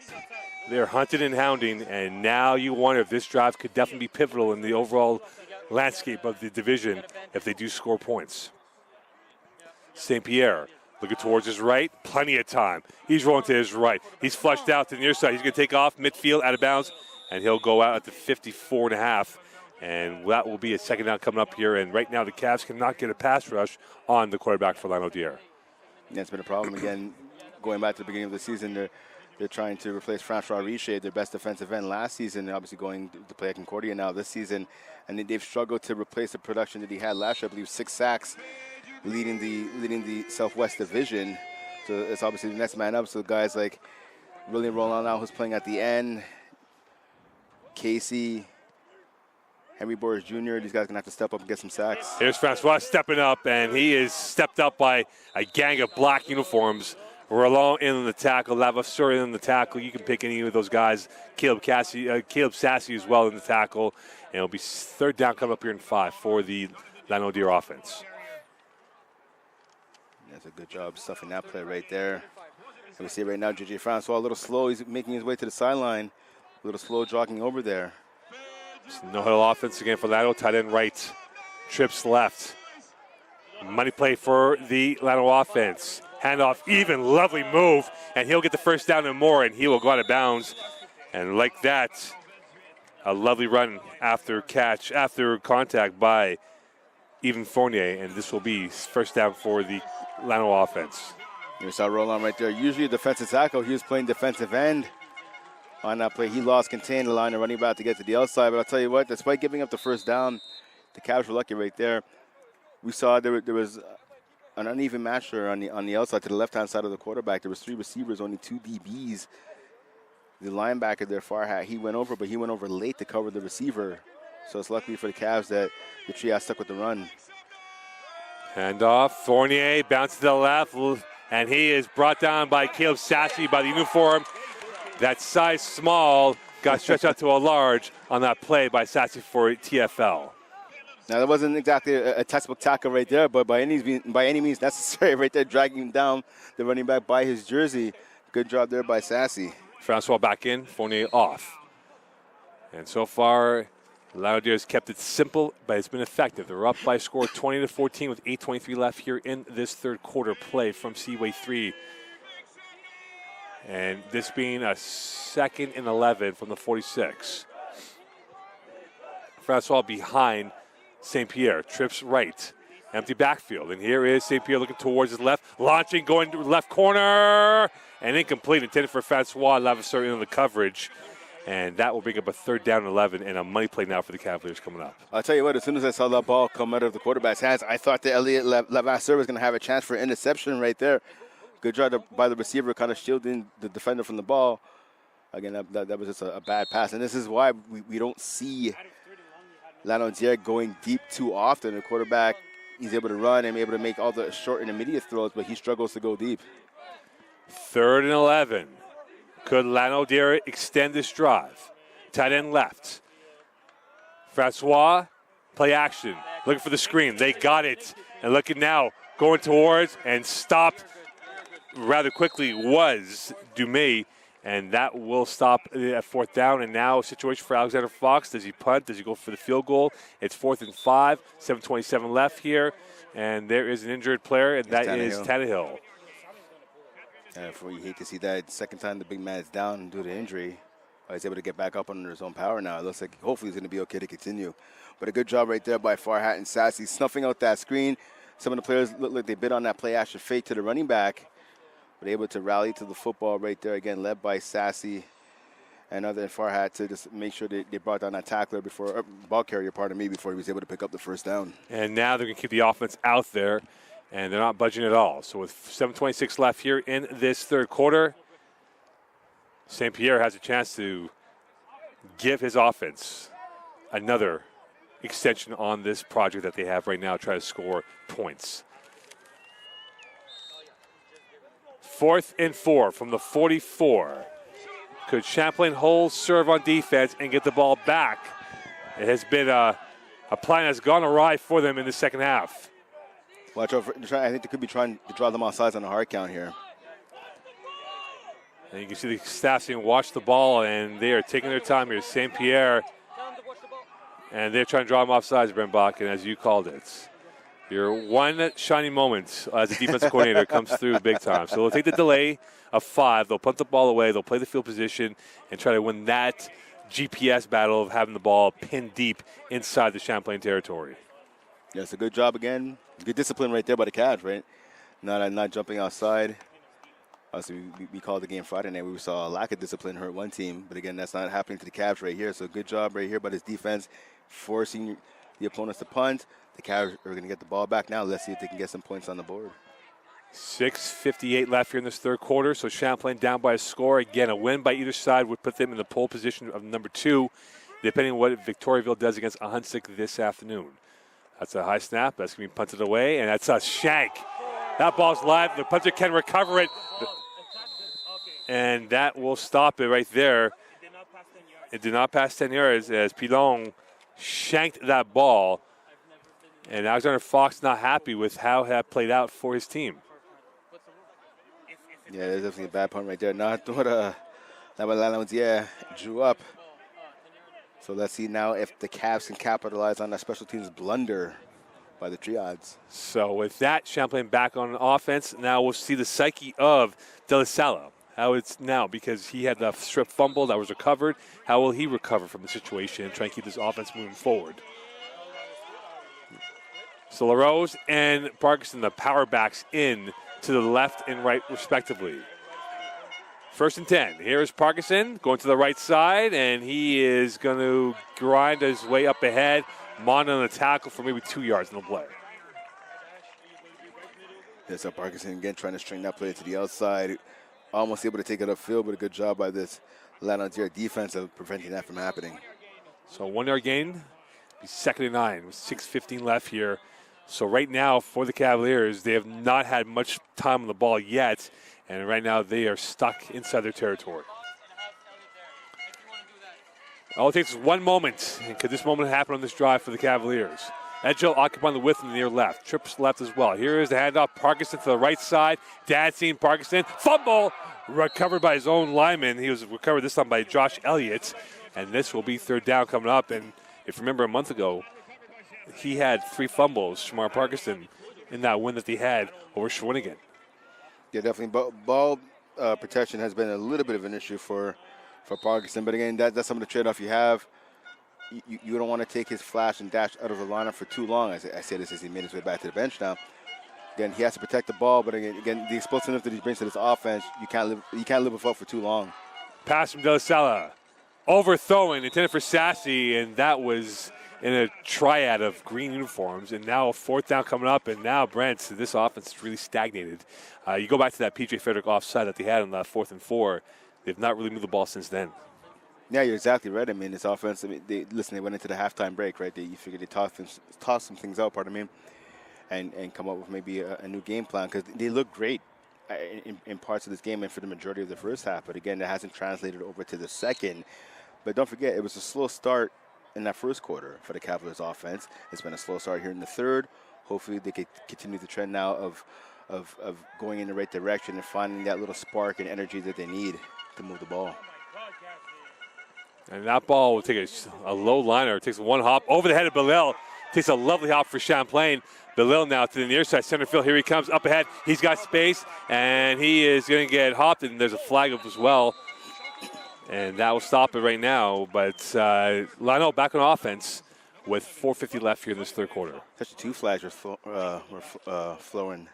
Yeah, center field and back of the Lionel territory. Yeah, but the 32-yard line. And Lionel's actually moving back even further, so they know they're going to start their camping trip from about at the 30-yard line, give or take, from their indication of it. And from John Delalo, looks like it is both against Lanaudière. So this was obviously in the favor of the Cavs. Getting that punt, it wasn't the greatest snap, but the punt got down there, hopped over the head of the defender and Belil. But he was still able to get off a good return. So, but at least the 2 penalties now negating that return by the triads. So this is going even further. This is like deep Lionel territory. And if you remember last drive that Lionel had before halftime, they went from literally the 1-yard line all the way up to the 45-yard line of Champlain. So they can definitely move it. Now can Champlain make their adjustments with 4:50 left here in this third quarter, down by a score 20-14. Yeah, well, they're going to have to, right? I mean, listen, right now, the Triads have a lot of the momentum. The pendulum is swinging in their direction. The Cavs are going to have to put a stop to that and get it swinging back their end. And it starts right here on defense, getting a stop. Jet sweep left side, and they're coming up ahead. And here is Poitras as he turns, and he ran literally 30 yards west to go up 3 yards north. Yeah, looks like he might have picked up 4, maybe 5 on that play. 6 yards. There you go. I mean, listen, it's still now 2nd and 4, right? Your Cavs, you gave up 6 yards. That's okay. That's not the end of the world. You got to stop them here. Get them into 3rd and long. 4:13 left here in this third quarter. Francois, he's dancing to the left, and he explodes enough for the first down as he was brought down by the second line of defense of Champlain, led by number 49 for the Cavaliers. 9-yard gain, and it'll be 1st and 10 for the visitors. That's a 9-yard pickup right there by the ball carrier. And that was Lavis Short, number 19, who made the tackle. I apologize on that. 1st and 10 from the 25 for Champlain. Trips left. And here is Fournier, and he will go to his left. Fournier's got the gallop and the horsepower, and he's brought down for maybe 3, if not 4-yard gain. Good tackle there by Sassy. I thought the Fournier was going to be able to get to the outside and escape that tackle and pick up more. So good tackle right there. But right now, if you're the Cavs, the only way that the Triads are running successfully, pretty much for the most part, is on the outside. Again, you have to make sure you keep your contain. And coming off the field for Champlain is Jordan Casey. They want to bring a little bit more beef inside the line. 2nd and 8 from the 27-yard line. 3:03 left in this third quarter. 20-14 lead for Lanaudière. Handoff, Fournier, down to the right. Fournier gets bouncing out to the near side, flagging the play. And this will be a tackle of Pepin, and this will be a flag as well. This might be blocking from behind, and if you're Champlain, you might want to push him back. Yeah, you're definitely going to have to push him back right here. Going to have to get tackled there by Pepin, and a lot of his teammates rallying to the ball carrier as well. And that penalty was caused by the penetration of this Cavaliers defense. So it is going to be a block from behind going against the Triads. So he's going third down. So third and 8, as opposed to second and 18. So I agree with this call. I mean, obviously second and 18 is a lot harder to overcome than third and 8, but it's still third and long right here, right? And again, this passing game for Lanaudière, they haven't been world beaters. 2:44 left here in this third quarter. Third and 12. I beg your pardon. Third and 12 is the scoreboard indication for the Cavaliers. St. Pierre's got Francois in the backfield. You see one deep safety, man defense here by the Cavs. Champlain blitzing. Here comes St. Pierre. He's got time looking, launching far side. Almost picked up by Lavasseur, and he went for the glory. And the glory's now to Francois as he moves ahead to midfield inside the plus territory. Francois cutting against the grain. Francois makes one guy miss. Francois's got help down the near side. He's going to go down the sideline. Francois looking, one man to beat, out of bounds he goes. And just like that, in a game of inches, it went from perhaps a pick 6 to now Lanaudière scoring 6 on this drive. No. You can't help but feel bad for Lavasseur. Out of all the players on the field, there's no one feeling worse than him right now. He went for the glory she talked about. He went for that pick 6. And you can't blame him. That was a bad pass by the quarterback. But a great job by Francois there of picking up not only the first down, but a lot more yardage than that. And again, if you're going to go for the INT, you have to make sure you at least get a hand on it. So worst case scenario, you bat the ball down and you force a punt. You can't miss the ball and then give up all that yardage. Inside 2 this third quarter, St. Pierre, Fournier, and he is rocked by Sassy. Whistle was called. Whistle was called before the fumble happened, so that will be second down here. But right now, it's damage limitations for the Cavaliers because they cannot give up 7 with so little time left in this third quarter. That's exactly. You know, have to try to hold them to a field goal or force a turnover on fourth down. Big hit there, though, by Sassy. Big hit right there. And you wonder now how they opted for second and extremely long as opposed to third and 8. What could have been the situation from that dynamic? Well, again, I mean, the coverage was good by everybody except for Lavasseur on that play. I mean, he had good coverage, just he went for the ball instead of knocking it down, which would have been a simpler play. Play action, looking towards the right. St. Pierre stepping up, looking, launching, throwing. Great defending right there coming in from Pepin, intended for Poitras. It'll be 3rd and 6 coming up with 1:01 left in this third quarter. Yeah, it's a great play right there by Pepin. That's a touchdown-saving play right there, the pass deflection. And you saw St. Pierre, he had all day, though, to step up in the pocket and make that throw. I counted at least to 5 before he had any pressure coming in his direction. And his pass rush for the Cavs, I know it's easier said than done, but they're going to have to step up and try and make a play. I know they're missing number 4, Rayan Rekmani, one of the big guys in the middle, but they're going to have to come up with a way to get to the quarterback. Fournier out of the backfield. St. Pierre going corner end zone. Incomplete, intended for Belil. Coverage right there, this time coming in from Cote. And now a field goal attempt perhaps coming up for Lanaudière, and they will bring on the special teams unit for this kick. Yeah, so there you go. This is the best case scenario right here for the Cavs. You keep them out of the end zone. You make them settle for a field goal. I mean, if you can get a block, that'd be great. I mean, a field goal make would obviously make this a 2-possession game, but it could have been a lot worse for the Cavs. And so now the Gunhouse leg will be on display. Can his arsenal of skill sets be effective on this field goal attempt from about 24.5-yard line on the right hash mark? And the operation is good. He swings it in there, and that is a 23-14 lead with 26 seconds left. And right now Champlain has some homework to do, down by 2 scores with 26 seconds left plus 15 of the fourth quarter coming up. Yeah, Gunhouse talking a little bit of trash after he made that field goal to the Cavs sideline. That was a bad snap right there. It's a good job by Gunhouse just getting that over the bar. And they'll opt for the ball at the 35-yard line. Well, right now for De La Salle, you have to question whether or not his confidence is still there after what happened in that strip sack. And he looks like a quarterback that lost a little bit of that juice. Can he create that juice again, moving towards the final 15 of this fourth quarter coming up? 3 receivers to the right, 2 to the near side left. Parkinson in the backfield, and here is the handoff. Parkinson up the middle to the left side. Parkinson blasts his way through. Look out, here he comes to the near side. Parkinson out of bounds and thrown out by Belil, and a flag right there. So that 15 with 3.4 seconds left, and there's an injured player in Tigrad who's down on the ground for Lanaudière, and Fox not happy about that, and this will be free real estate for the Cavaliers to get 15 more yards left. Yeah, big run right there by Parkinson. Again, the extra 15 yards courtesy of the unnecessary roughness penalty going against number 11 of the Triad's defense.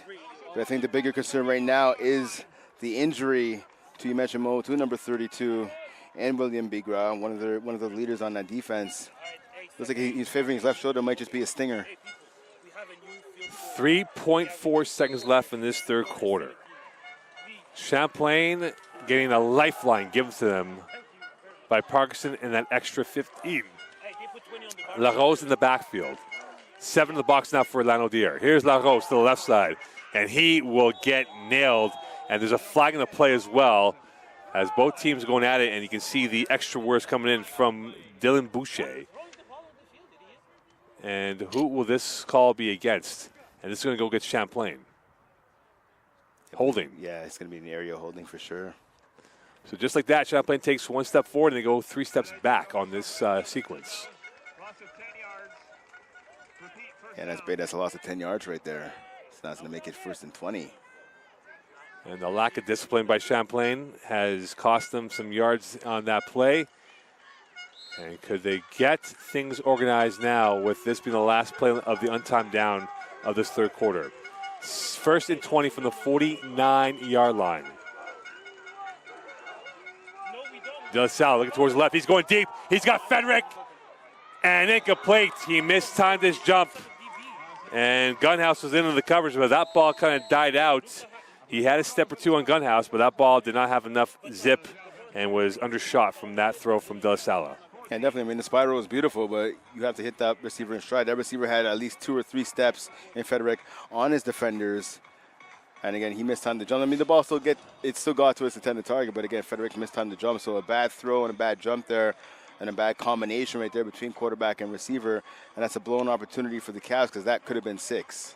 And now, if you're looking at the live standings, Lanaudière has put themselves in that position of conversation that they could be the number 2 seed. Champlain staring at a 3, if not 4 seed, with them down by 9. It's a +6 favor for Lanaudière, but nonetheless, though, it's a win outright that would help either side in their quest for number 2.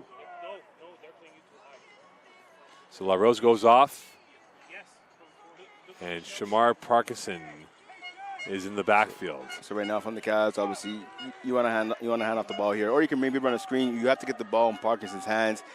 Even if you can't pick up the 1st down here, you have to imagine they want to set up an easier 3rd down. 2nd and 20 for the Cavaliers. Edgerhill has not been mentioned yet in this second half. First play of the fourth quarter. Fired. Sassy. Picked off. Fumble. Recovered. Fumble again. Right to Lanaudière. Here they come the other way. Gunhouse. And you create your own luck. And that's what they did. And just like that, Lanaudière is running riot on Champlain in this second half. And we can go back to 2 plays in this second half here, Brent.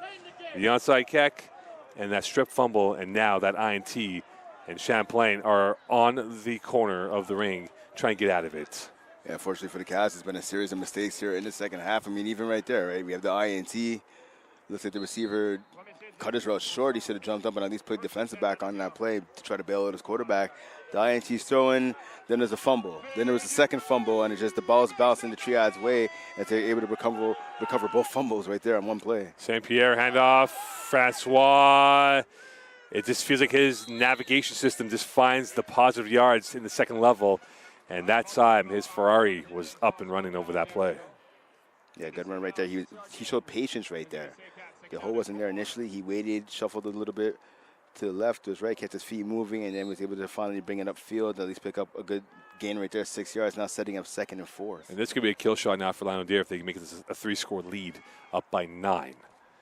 St. Pierre knows it. He's got tight end to the right to the formation. They are in control of the narrative moving forward to this 4th quarter. Firing to the far side.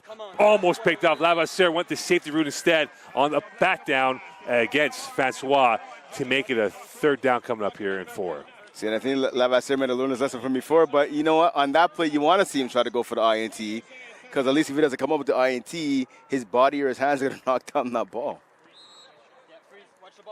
13:48 left here in this 4th quarter of play. Big play now for Champlain, 3rd and 4. Tight end right again for this Lano offense. Fox knows he has this team on the ropes.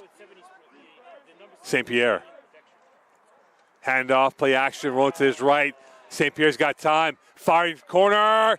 Great catch up the field. 1st down and more. Out of bounds they go. And caught by Dumais, Benjamin Dumais, his biggest catch of the game. And for the season coming in now, it's his 14th of the year. Yeah, Dumais is a big catch right there. And if you're a member, or a coach, or a player of Lanaudière, could not have come at a better time. So Dumais, he had 7 catches, 2 TDs last time these two teams met right there. You may want to make the argument that that 1st down catch could be the biggest impact he's had in the meeting so far this season between both squads. And Lano feeling the blitz, handoff, Fournier to the right side, bouncing out, looking, cutting against the grain, and he's brought down by the Champlain 2nd line defense. And now for the Cavaliers, they have to pray to hold this to a field goal to maintain what would be a 12-point lead for the Lanaudière offense. Yeah, right now if you're the Cavs, you're going to have to look at causing a turnover. You're going to have to start stripping the ball. You're going to have one defender hold the ball carrier, and another defender or two just trying to strip away and knock that ball out. Fournier's got a motion and Poitras to the right to the formation. He's the 2nd receiver to that for attacking line. Here's a handoff. Fournier slithering his way through, brought down by Lavasseur, and that should be close, if not more than enough for a 1st down. Yeah, I believe it is going to be a 1st down, and I think that that turnover was demoralizing for the Cavs. They haven't been able to at least defensively answer back.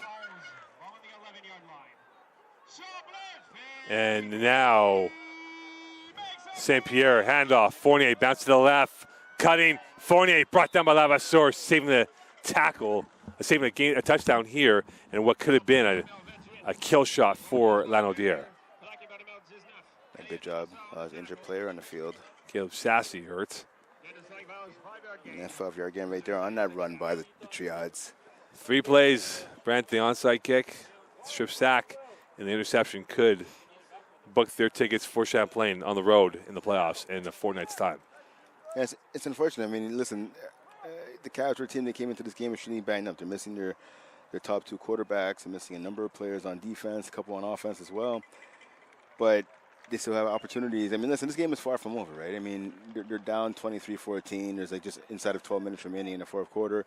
You got to get a stop here, right? If you want to make a comeback, it starts right here. You have to get a stop. You either have to force a turnover, or at the very worst, hold them to a field goal like you did earlier, and then get the ball back in your offense's hands, and your offense is obviously going to need to score. But it starts right here. This game is far from over. 11:45 left here in this quarter. Lanaudière has Champlain on the ropes, and this could be the knockout blow on the Champlain hopes of 2nd place. Fournier in the backfield, tight end right as well. Play action, looking towards his left. Patience, rolling to his right. He's got time, trying to dance away from Tannehill. Rolling, he gets around Tannehill, going towards the corner of the end zone, and he's forced out of bounds by LaFontaine and co. And this will be a 3rd down coming up here for the Lanaudière offense. So there you go. Right now, you still have a chance. You got to make a play.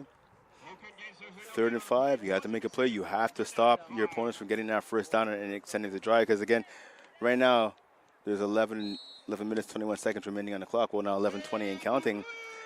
Time's going to play a factor right here. So if you're the Cavs, get the stop here, get off the field, hold them to a field goal, and stop the clock.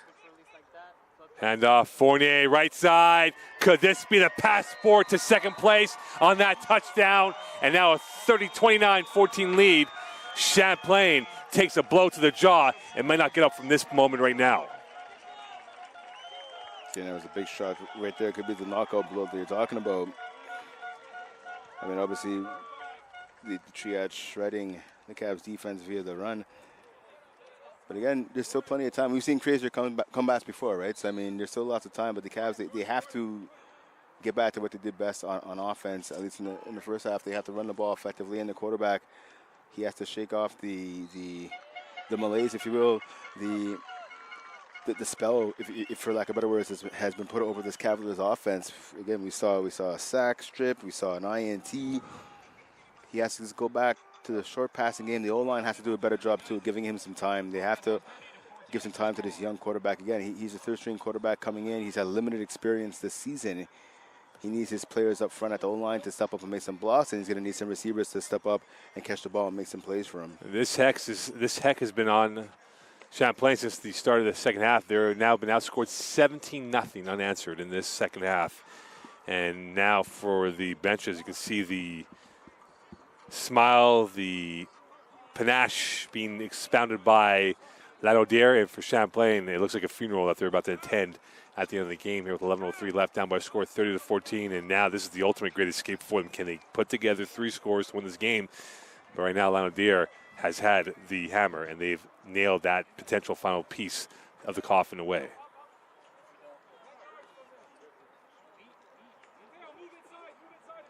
Returnable, perhaps. It is going to be Parkinson, who's on the near side, along with Gregoire on the far side. They're both parked off at the 15-yard line. Those are the 2 fastest guys on the team. You want to get the ball in their hands right here on this kick return. Gunhouse looking to fire off a powerful kick if he can with his right foot, and he will do so on the far side. That's going to be up in the air, returnable by Gregoire. Gets on the 1, and now up ahead now to the 15, 20. Looking to the near sideline, to the far sideline he goes, and working his way out, knocked out the 41-yard line. And Champlain will get good field position here with 10:56 left. And you have to wonder, maybe they run a no-huddle offense here to minimize wasted time in the huddle and whatnot, trying to get themselves back in the game down by 3 scores. They're going to have to, and I think that'll help them maybe get some momentum, get a little bit of, get a little rhythm, if you will. We need 3 scores. 2 touchdowns, a field goal to get that +1, or 3 touchdowns. Field goals, multiple of them will not help. 1 can, but 2 won't. Parkinson in the backfield to the left. Trips right, as it is Lebrecq-Laurie on the near side right. De La Salle throwing deep, and that ball's in the air, incomplete. That just hung and hung. The hang time on a punt would have been nice, but in that situation it was not, and it was incomplete as there's 2 green uniforms in on the play on the incompletion. I gotta be saying that, this quarterback, for as well as he's done over the middle with the short ball, he struggles as well, just like Saint-Pierre going deep. The ball just hangs in the air too long, and that's about the second or third time we've seen this afternoon where the receiver has been open by about 3-4 steps, but it's just the ball hangs in the air so long, giving the defense time to get over and make a play on the ball. Handoff Parkinson, left side. Parkinson up ahead, and he's brought down for about 2, if not 3-yard gain, but now Lano, the flexing of Dufour's muscles, showing what's up with him. But now, if you're Champlain, if you're Lano, you know the play call. It's going to be Parkinson or nothing else, pretty much. Well, that's it. I mean, and again, if you're the Triads, you know it's going to be Parkinson. So either you man him, maybe you double him. As soon as he gets the ball in his hands, everyone has to rally to the football. Right here for the Cavs, so 3rd and 7, maybe you fake it. You run a little play action to Parkinson. You get a linebacker, maybe you get a safety to freeze, and you try to hit something over the middle in the intermediate down the seam. Frederick off the line, far side. Low snap, looking, pumping, rolling, sacked. De La Salle looks bamboozled. He looks flustered. He's got a heart in the mouth moment again. And now the referees are going to converse on whether that was intentional grounding. But nonetheless, though, Champlain will have to punt the ball away with 9:37 left. Yeah. And that might have been their last chance at getting back in this ball game down by 3 scores. That definitely was intentional grounding. He tried to throw it to the left tackle there, Noah Roy, number 77. I mean, Why he's not an eligible receiver, right? So he can't make a play with, even if he would have caught the ball. That's definitely intentional grounding.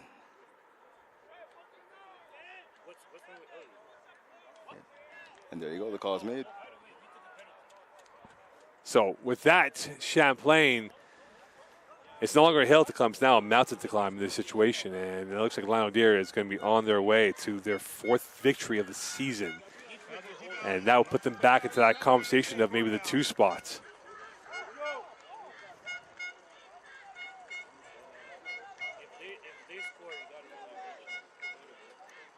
And the punt about to come here for Champlain. Clock is rolling, 9:24 left here. Brent Bakken, Mocon, 30-14 lead for Lano over Champlain. Low snap. And that's going to take a low line drive to center field off the 1-hop, but the logo back out to the near side it comes. And Belil will dance almost at that strip. Gets right by McGravy. And now up ahead to the far side he goes. He's dancing to the plus side of the territory.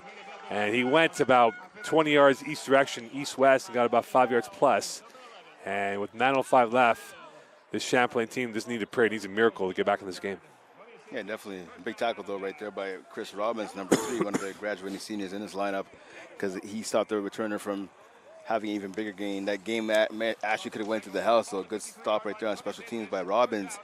But as you're talking about, speaking to your point, Mo, Cavs right now are going to have to pray for a miracle. They're going to have to force a turnover here. They have to get the ball back. And this is what you call the Anaconda offense, trying to squeeze the clock as Lanaudière. They are in no hurry at all, up by 3 scores of 30-14. Handoff, Francois. He is the closer, and he's brought down by Tannehill and Roland for maybe a 1-yard loss with 8:40 left here in this ballgame. Yeah, great penetration right there by those 2 big boys. The defensive tackle and a nose tackle right there, getting into the backfield right away, bringing down that running back for a loss. Excuse me, 8:25 left here in this 4th quarter. And so shift right now. Poitras now is the receiver on the far right. Francois behind St. Pierre. Here is the handoff. Francois, that is. And he's going to grind his way up, flagging the play. And who will this be against? It'll be interesting to see who this call goes against right here. Because again, before the flag, it was 2nd and 11.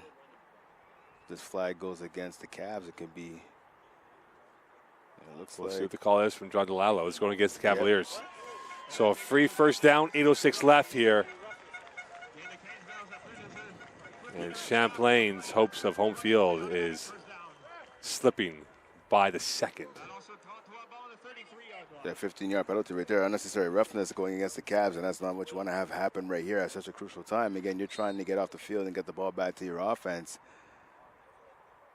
Down by 16 points.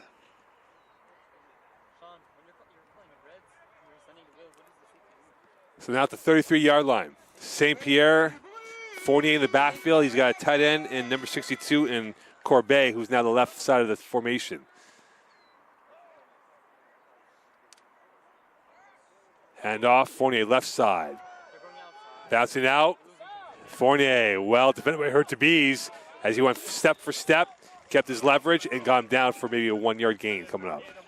Good job by Hurtubise of stringing that play to the outside, able to make the tackle. He had no one there to help him. If the running back would have been able to break that tackle, he might have been able to at least pick up a first down. So great tackle right there by number 34, Sam Hurtubise. He's been an impact player for this defense all season. 7:14 left here in this 4th quarter play from Seaway 3. Champlain down by a score 30-14. Has Bona Lanaudière since the onside kick to start off the 2nd half. They have not looked back. Play action. St. Pierre rolling to his right. He's got time, plenty of space. Boris Henry now chasing him, and he will go and run for plus, and he'll truck his way through and brought down at the 10-yard line. And right now, it is almost like a camel clutch that has been applied on Champlain's defense, and they can't get out of it. No, they can't, and they're trying to, they're kicking and screaming, but there's no way to get out. Good run right there by St. Pierre. And that's going to be a lesson right there for number 21, Philip Cote, one of the great defenders on this Cavs defense. I think he assumed the quarterback was going to run out of bounds, and the quarterback actually laid a shoulder into him, drawing a lot of props, a lot of cheers from the Lanaudière sideline. But if you're Cote, you got to make sure you finish that tackle. 6:47 left here in this quarter. This play could end and extinguish the hopes of Champlain and their hopes of getting home field. Francois bouncing right side. Francois corner and brought down just before the borderline, this time by Pepin. It'll be second down coming up here for the Lano offense. Good tackle there by Pepe. They're using some speed and some explosion. They get over to Keith Francois from getting into the end zone. Has a feeling though that it might feel like just delaying the inevitable though. And hopefully this Cavs defense can get a stop here. But as I've been saying, they're going to have to force a turnover at some time. Fournier in the backfield. Here is Fournier. And the kill shot applied. Champlain down 36-14. And there goes number 2 for them. And for Lanaudière, the number 2 spot is up for them to grab as they're about to run off with this victory over Champlain with 5:57 left here in this fourth quarter. They have gone on a 33-0 run, a 23-0 run since the start of that onside kick. Yeah, that's unfortunate right there. It's a big run right there. Just again, keeping those legs moving and falling forward was Fournier to make sure he got into the end zone. We saw a gang of black and blue jerseys trying to keep him out, but Fournier just able to do enough to get in. 24-0 run. Lanaudière is on the way to victory over Champlain. And a statement road win for Alexander Fox's team as the Fox in the Box came through big. And this will be the second consecutive season of winning here for Lanaudière as they return the favor and the home and home as they get this victory over Champlain with about 5:57 left. And now Champlain will focus their sights to finishing off above 500. And now a long road trip up to Northeast Quebec for one of the playoff games that they'll have as either the 3 or 4 seed in a fortnight's time. It was a flag on that play. It was against the Cavs. That was obviously waved off, though, by Lanaudière. So now if you're the Cavs, listen, you're down 37-14. Chances of making a comeback are slim in this one. I mean, anything's possible, but what you want to do right here is you want to start getting ready for next week. You got to start, execution has been lacking in the second half offensively. You got to find a way to wake up this offense, the run game and the pass game, as well as the blocking up front for both facets of the offense. So you're going to have to start getting in, either working on some new plays or grinding the ball or airing it out, whatever you want to do. You have to make sure that you guys are crisp, getting ready to go next week, because next week is the last practice before the real season begins. Gunhouse will kick this ball away. 5:57 left here in this fourth quarter of action. And the desire of a home game is now all but done for Champlain. And for Lanaudière, the desire to have a home game is still there for the grabs. And that ball goes back and returnable right now for Grégoire as he'll take a jog and sprint to the far side. He goes, and he will get out of bounds at the 35-yard line. And Champlain looking to string together some confidence. And for De La Salle, it's a game where he probably lost that focus, that confidence in the second half for what could have been, and he couldn't produce. Yeah, definitely. I mean, this is going to be a valuable experience, right, for no question. Valuable experience. I mean, he'll be back next year. Trey Bentley will be back next year as well, right? So, and obviously a fresh new class of recruits. So this learning experience right now could bode well for the future of De La Salle and for the rest of this team as well. First attempt from the 30-yard line for Champlain. Just trying to put together a respectable scoreline, perhaps. To flow to the left, that is caught and wiggling the way through is number 3. It's Christopher Robbins, and we talk about Jaden Edgehill. He was nowhere to be found in the second half. Went off the map completely, and looking at the sidelines, he's there right now. So Champlain put in the backups, knowing that this game's all but wrapped up with what he has available as we speak. That's exactly it. I mean, listen, both teams make adjustments at halftime, right? We talked about the Cavs making some adjustments, possibly, but I mean, listen, the Trias made some adjustments too, and taking Edgehill out of the equation in the second half obviously was one of them. Almost picked off and caught in the nick of time as McDermott catches that ball, and Gunhouse was seeking that ball in his hands, and McDermott came in the last second here with 4:45 left in this fourth quarter. So Charles McDermott, I think his first catch of the year. I mean, he's listed as a quarterback. He's played quarterback before. Obviously, he's the backup in this game, but playing a little receiver, so showing a little versatility right there is McDermott. 3-by-2 receiver formation for the Cavs. They are in dire straits. Blitz from the middle. Handoff, draw play, and going up there is Ziti, and he'll get his first carry of the day. And they will punt the ball, and there is an injured Cavalier out there, and that's the one thing Champlain does not want to have is another O-lineman going down late in this game. No, absolutely not. I mean, listen, this O-line is the key to this offense we've seen so far this afternoon. Listen, it was operating great in the first half. Obviously, they struggled in the second half, hence the struggle of this offense. So losing one of the big boys up front is something you do not want to see. I'm not sure what number it is, though. Champlain, there's actually multiple bodies out there. He went for Lanaudière as well, with 4:12 left in this ball game. So Champlain, they're going to drop to what is now a record of 4-3. They'll have a chance to be 500 with the game on the road next week against Drummondville, if I stand corrected on that. Yep. And now for the Lanaudière team, they'll play what was deemed as the toughest schedule in the conference this year. They'll play a Hunsick. And so they will still have a chance at number 2, depending on what Victoriaville does in their final game of the season. But right now for the Cavaliers, they are looking at a 3, if not 4 spot. In fact, they'll probably be the 4th seed by the way it's playing right now, with the point differential in favor of Lanaudière right now in the head-to-head, and Victoriaville getting the win over Champlain. So they're looking at a 4 spot. They could have been as high as 2, now it'll be a 4. And that means it'll be a long bus ride up to northeast Quebec for playoff action in a fortnight's time. You got to see both players able to make their way back to the sideline.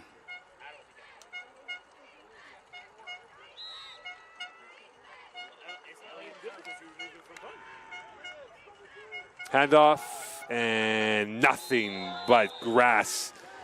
And the tackle right there by Lemire, who's had a fantastic game. And for Ziti, not much on that run. For Ziti, that was his 10th carry of the year, 14 yards coming into the game. Had a chance to see him earlier in the season. He has speed. He definitely has some speed he brings to this lineup. So not a huge fall off in terms of speed and explosion between him and Shamar Parkinson, but obviously his game is at a reach. So smart move by Sean Mean, just resting Parkinson along with La Rose and giving some other guys some time on the field. Just solid pressure near side, and he is going to get away, and he is hit late. And you can see now the extracurriculars coming out there. Pilon in on the tackle. And the extra punch coming in from Kodas.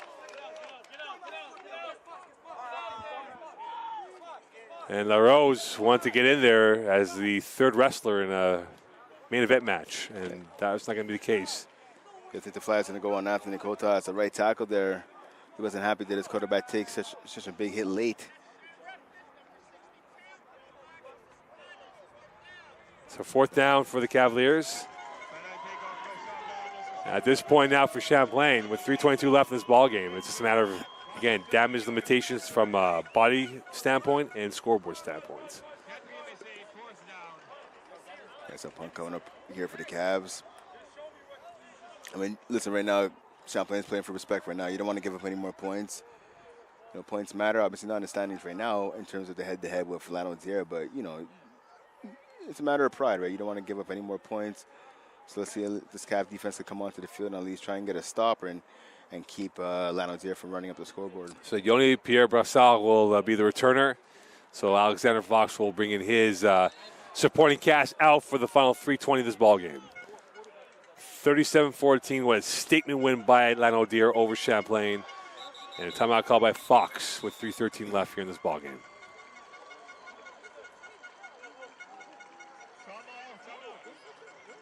So with that, Brent, Champlain's home schedule will come to an end. And a chance to go 5-3, going to the playoffs. And a lot of things to consider and reconfigure before their next game next weekend. Yeah, definitely. I mean, listen, this is not what they envisioned happening here this afternoon. Being down 37-14 to Lanaudière. Lanaudière, obviously a good team. But again, if you're the Cavs, you got to put this in context, right? You're missing several players out of your starting lineup, including your top 2 quarterbacks and a number of defenders. So, I mean, if you're the Cavs, yes, it is a devastating loss. Fumble. Oh, fumble. And Champlain's got it back. So finally, the Cavs are able to get a bounce off special teams. Unfortunately, it looks like it might be a little too late. And but again, this is something that the Cavs can build off of right here. Yeah, too little, too late. The bounce coming at the worst part of the score clock of 3:02 left. But it gives the reps, and now they'll bring on some more. Jaden Etchell will come back on there as well. And so Champlain will bring on some of the veterans back out there. And for De La Salle, he'll have plenty of time to think about this loss here and get himself ready for maybe another start next weekend. Again, as I said before, these are valuable reps for this young quarterback. Let's see him take advantage of him. 2-by-2 receiver formation. Now make it 3 to the left of De La Salle. De La Salle now. Handoff. Ziti will snake his way up ahead and get tackled at the 50-yard line with 2:38 left here in this ballgame. Little shiftiness, little agility right there shown by Ziti. He's a young running back. I like him. He's had limited carries this season, but he knows what to do when he has the ball in his hands, and that bodes well for next year. Listen, I mean, this team is losing Matthew LaRose and Shamar Parkinson, so they're going to need an answer at running back next year.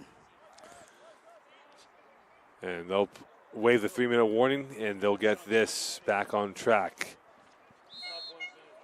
It'll be a sweet bus ride back to campus for Lanaudière for Champlain. It'll be a long walk back to the campus of their own. Ziti will get about a couple yards in the play, and with 2:22 left in this ball game, you can see now the tension starting to pick up with both teams here. It is Noah Roy who's looking to get involved with one of the Lano players as well. Another one right in front of us too, William Bigra, the defensive back, getting into the face of Nicolas Techo, the kicker and receiver for the Cavs. They were definitely exchanging pleasantries at about the 50-yard line of Lanaudière. Timeout call by Champlain. 2:13 left here in this ball game. And Noah Roy pointing at someone at Lanaudière, and the frustration for the Cavaliers O-line. They took an OC, a UR call a few plays ago, and now Roy a little bit slightly blood rush in the head of what he's trying to get forward to. And you see, this is a good move here by head coach Sean Main, calling a timeout, talking to your players, getting them settled. Listen, the score is what the score is. Chance of a comeback is pretty much slim to none right here, but you can't take foolish penalties. You can't take undisciplined penalties and possibly being kicked out of next week's game, right? You don't want to get suspended. You have to be smart here. Keep your cool. Lanaudière is probably going to talk a little bit of trash considering what the lead is right now and at this junction of the game. If you're the Cavs, keep your cool. Get ready for next week. So Lano will be 4-3. Champlain will be 4-3. Champlain, I beg your pardon, would have a chance at number 3 if Lano were to lose to a Huntsig. That would drop to 4-4, and Champlain were to win their game. That would put them at 5-3 in the 3rd place as opposed to 4th place. So Champlain still has something to play for a 3rd seed.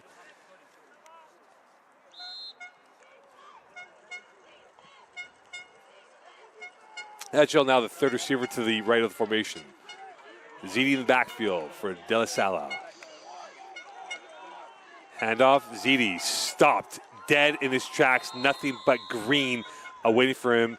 And that will make it a 4th down coming up here for the Cavaliers with 2:07 left. Yeah, lots of 4 yards on the play. 4th and 5 now for the Cavs. I'm not sure why they're not punting here, but At this point now with the clock rolling. they're probably going to take the delay game penalty. Let the clock roll for as long as they can. Take the delay game. And then you give the ball back to Lanaudière for less time remaining. At this point now, it's...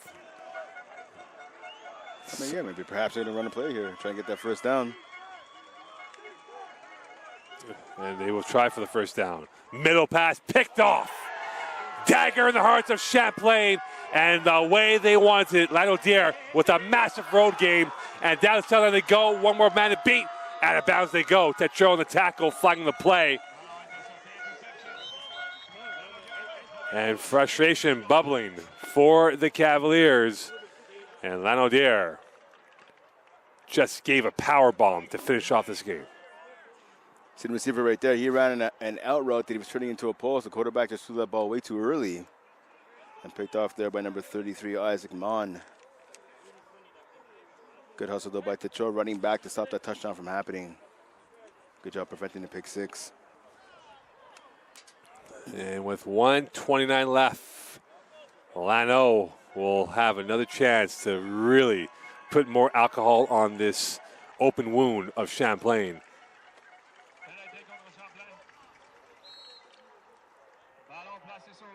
And in that quarterback for Lano is Benjamin Rochelot in for this game. And they might run out the clock perhaps. Rochelot is 1 of 5 for 18 yards passing this season. And this might be one of those chances to take knees, and it appears he will. Rochelot will take the knee at the 1. Flagging the play. And they move back 5. So the crowded moment for Rochelot will be delayed by 5 yards. The offside against Lanaudière. 1:03 left. So just now kneel down here. The victory formation for Lanaudière. They will win this ball game 37-14. Clock is rolling.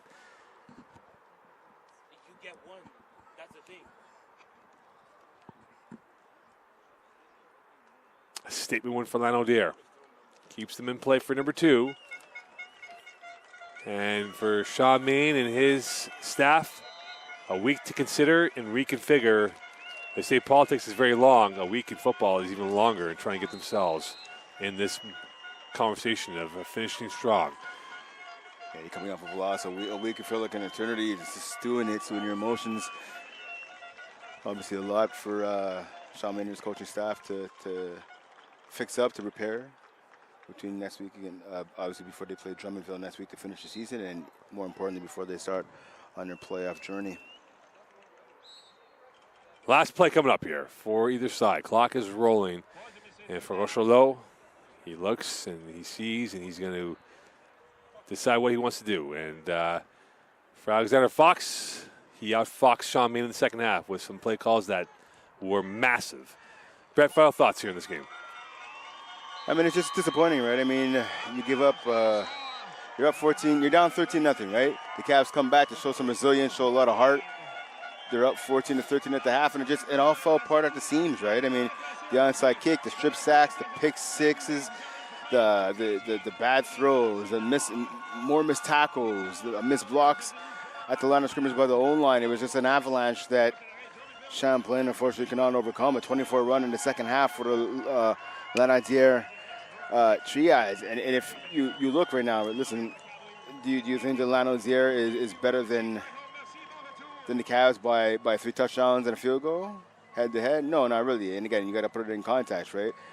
The proper context is that the Cavs lost this game no matter what, but they were missing a ton of players again, and their starting quarterbacks were gone, a number of members off of this defense as well. So you add all that in, and it's just with all the mistakes, and it was a bad outing by the Cavs, but hopefully they have a chance to rebound next week, taking on Drummondville. Well, that is it for Champlain's home schedule. They'll be on the road for playoff football coming up in a fortnight's time. On behalf of Brad Bach and Mark, I wish everyone a good evening, a great season that we had here on Cavaliers TV, and we'll see you for the next football game next year, as there'll be more Cavalier action coming up in the next few weeks here from Seaway 3 with the Nationals for soccer coming up in early November. On behalf of the staff and crew, we wish you good evening, and bye for now. Champlain losing 37-14 to Lanaudière.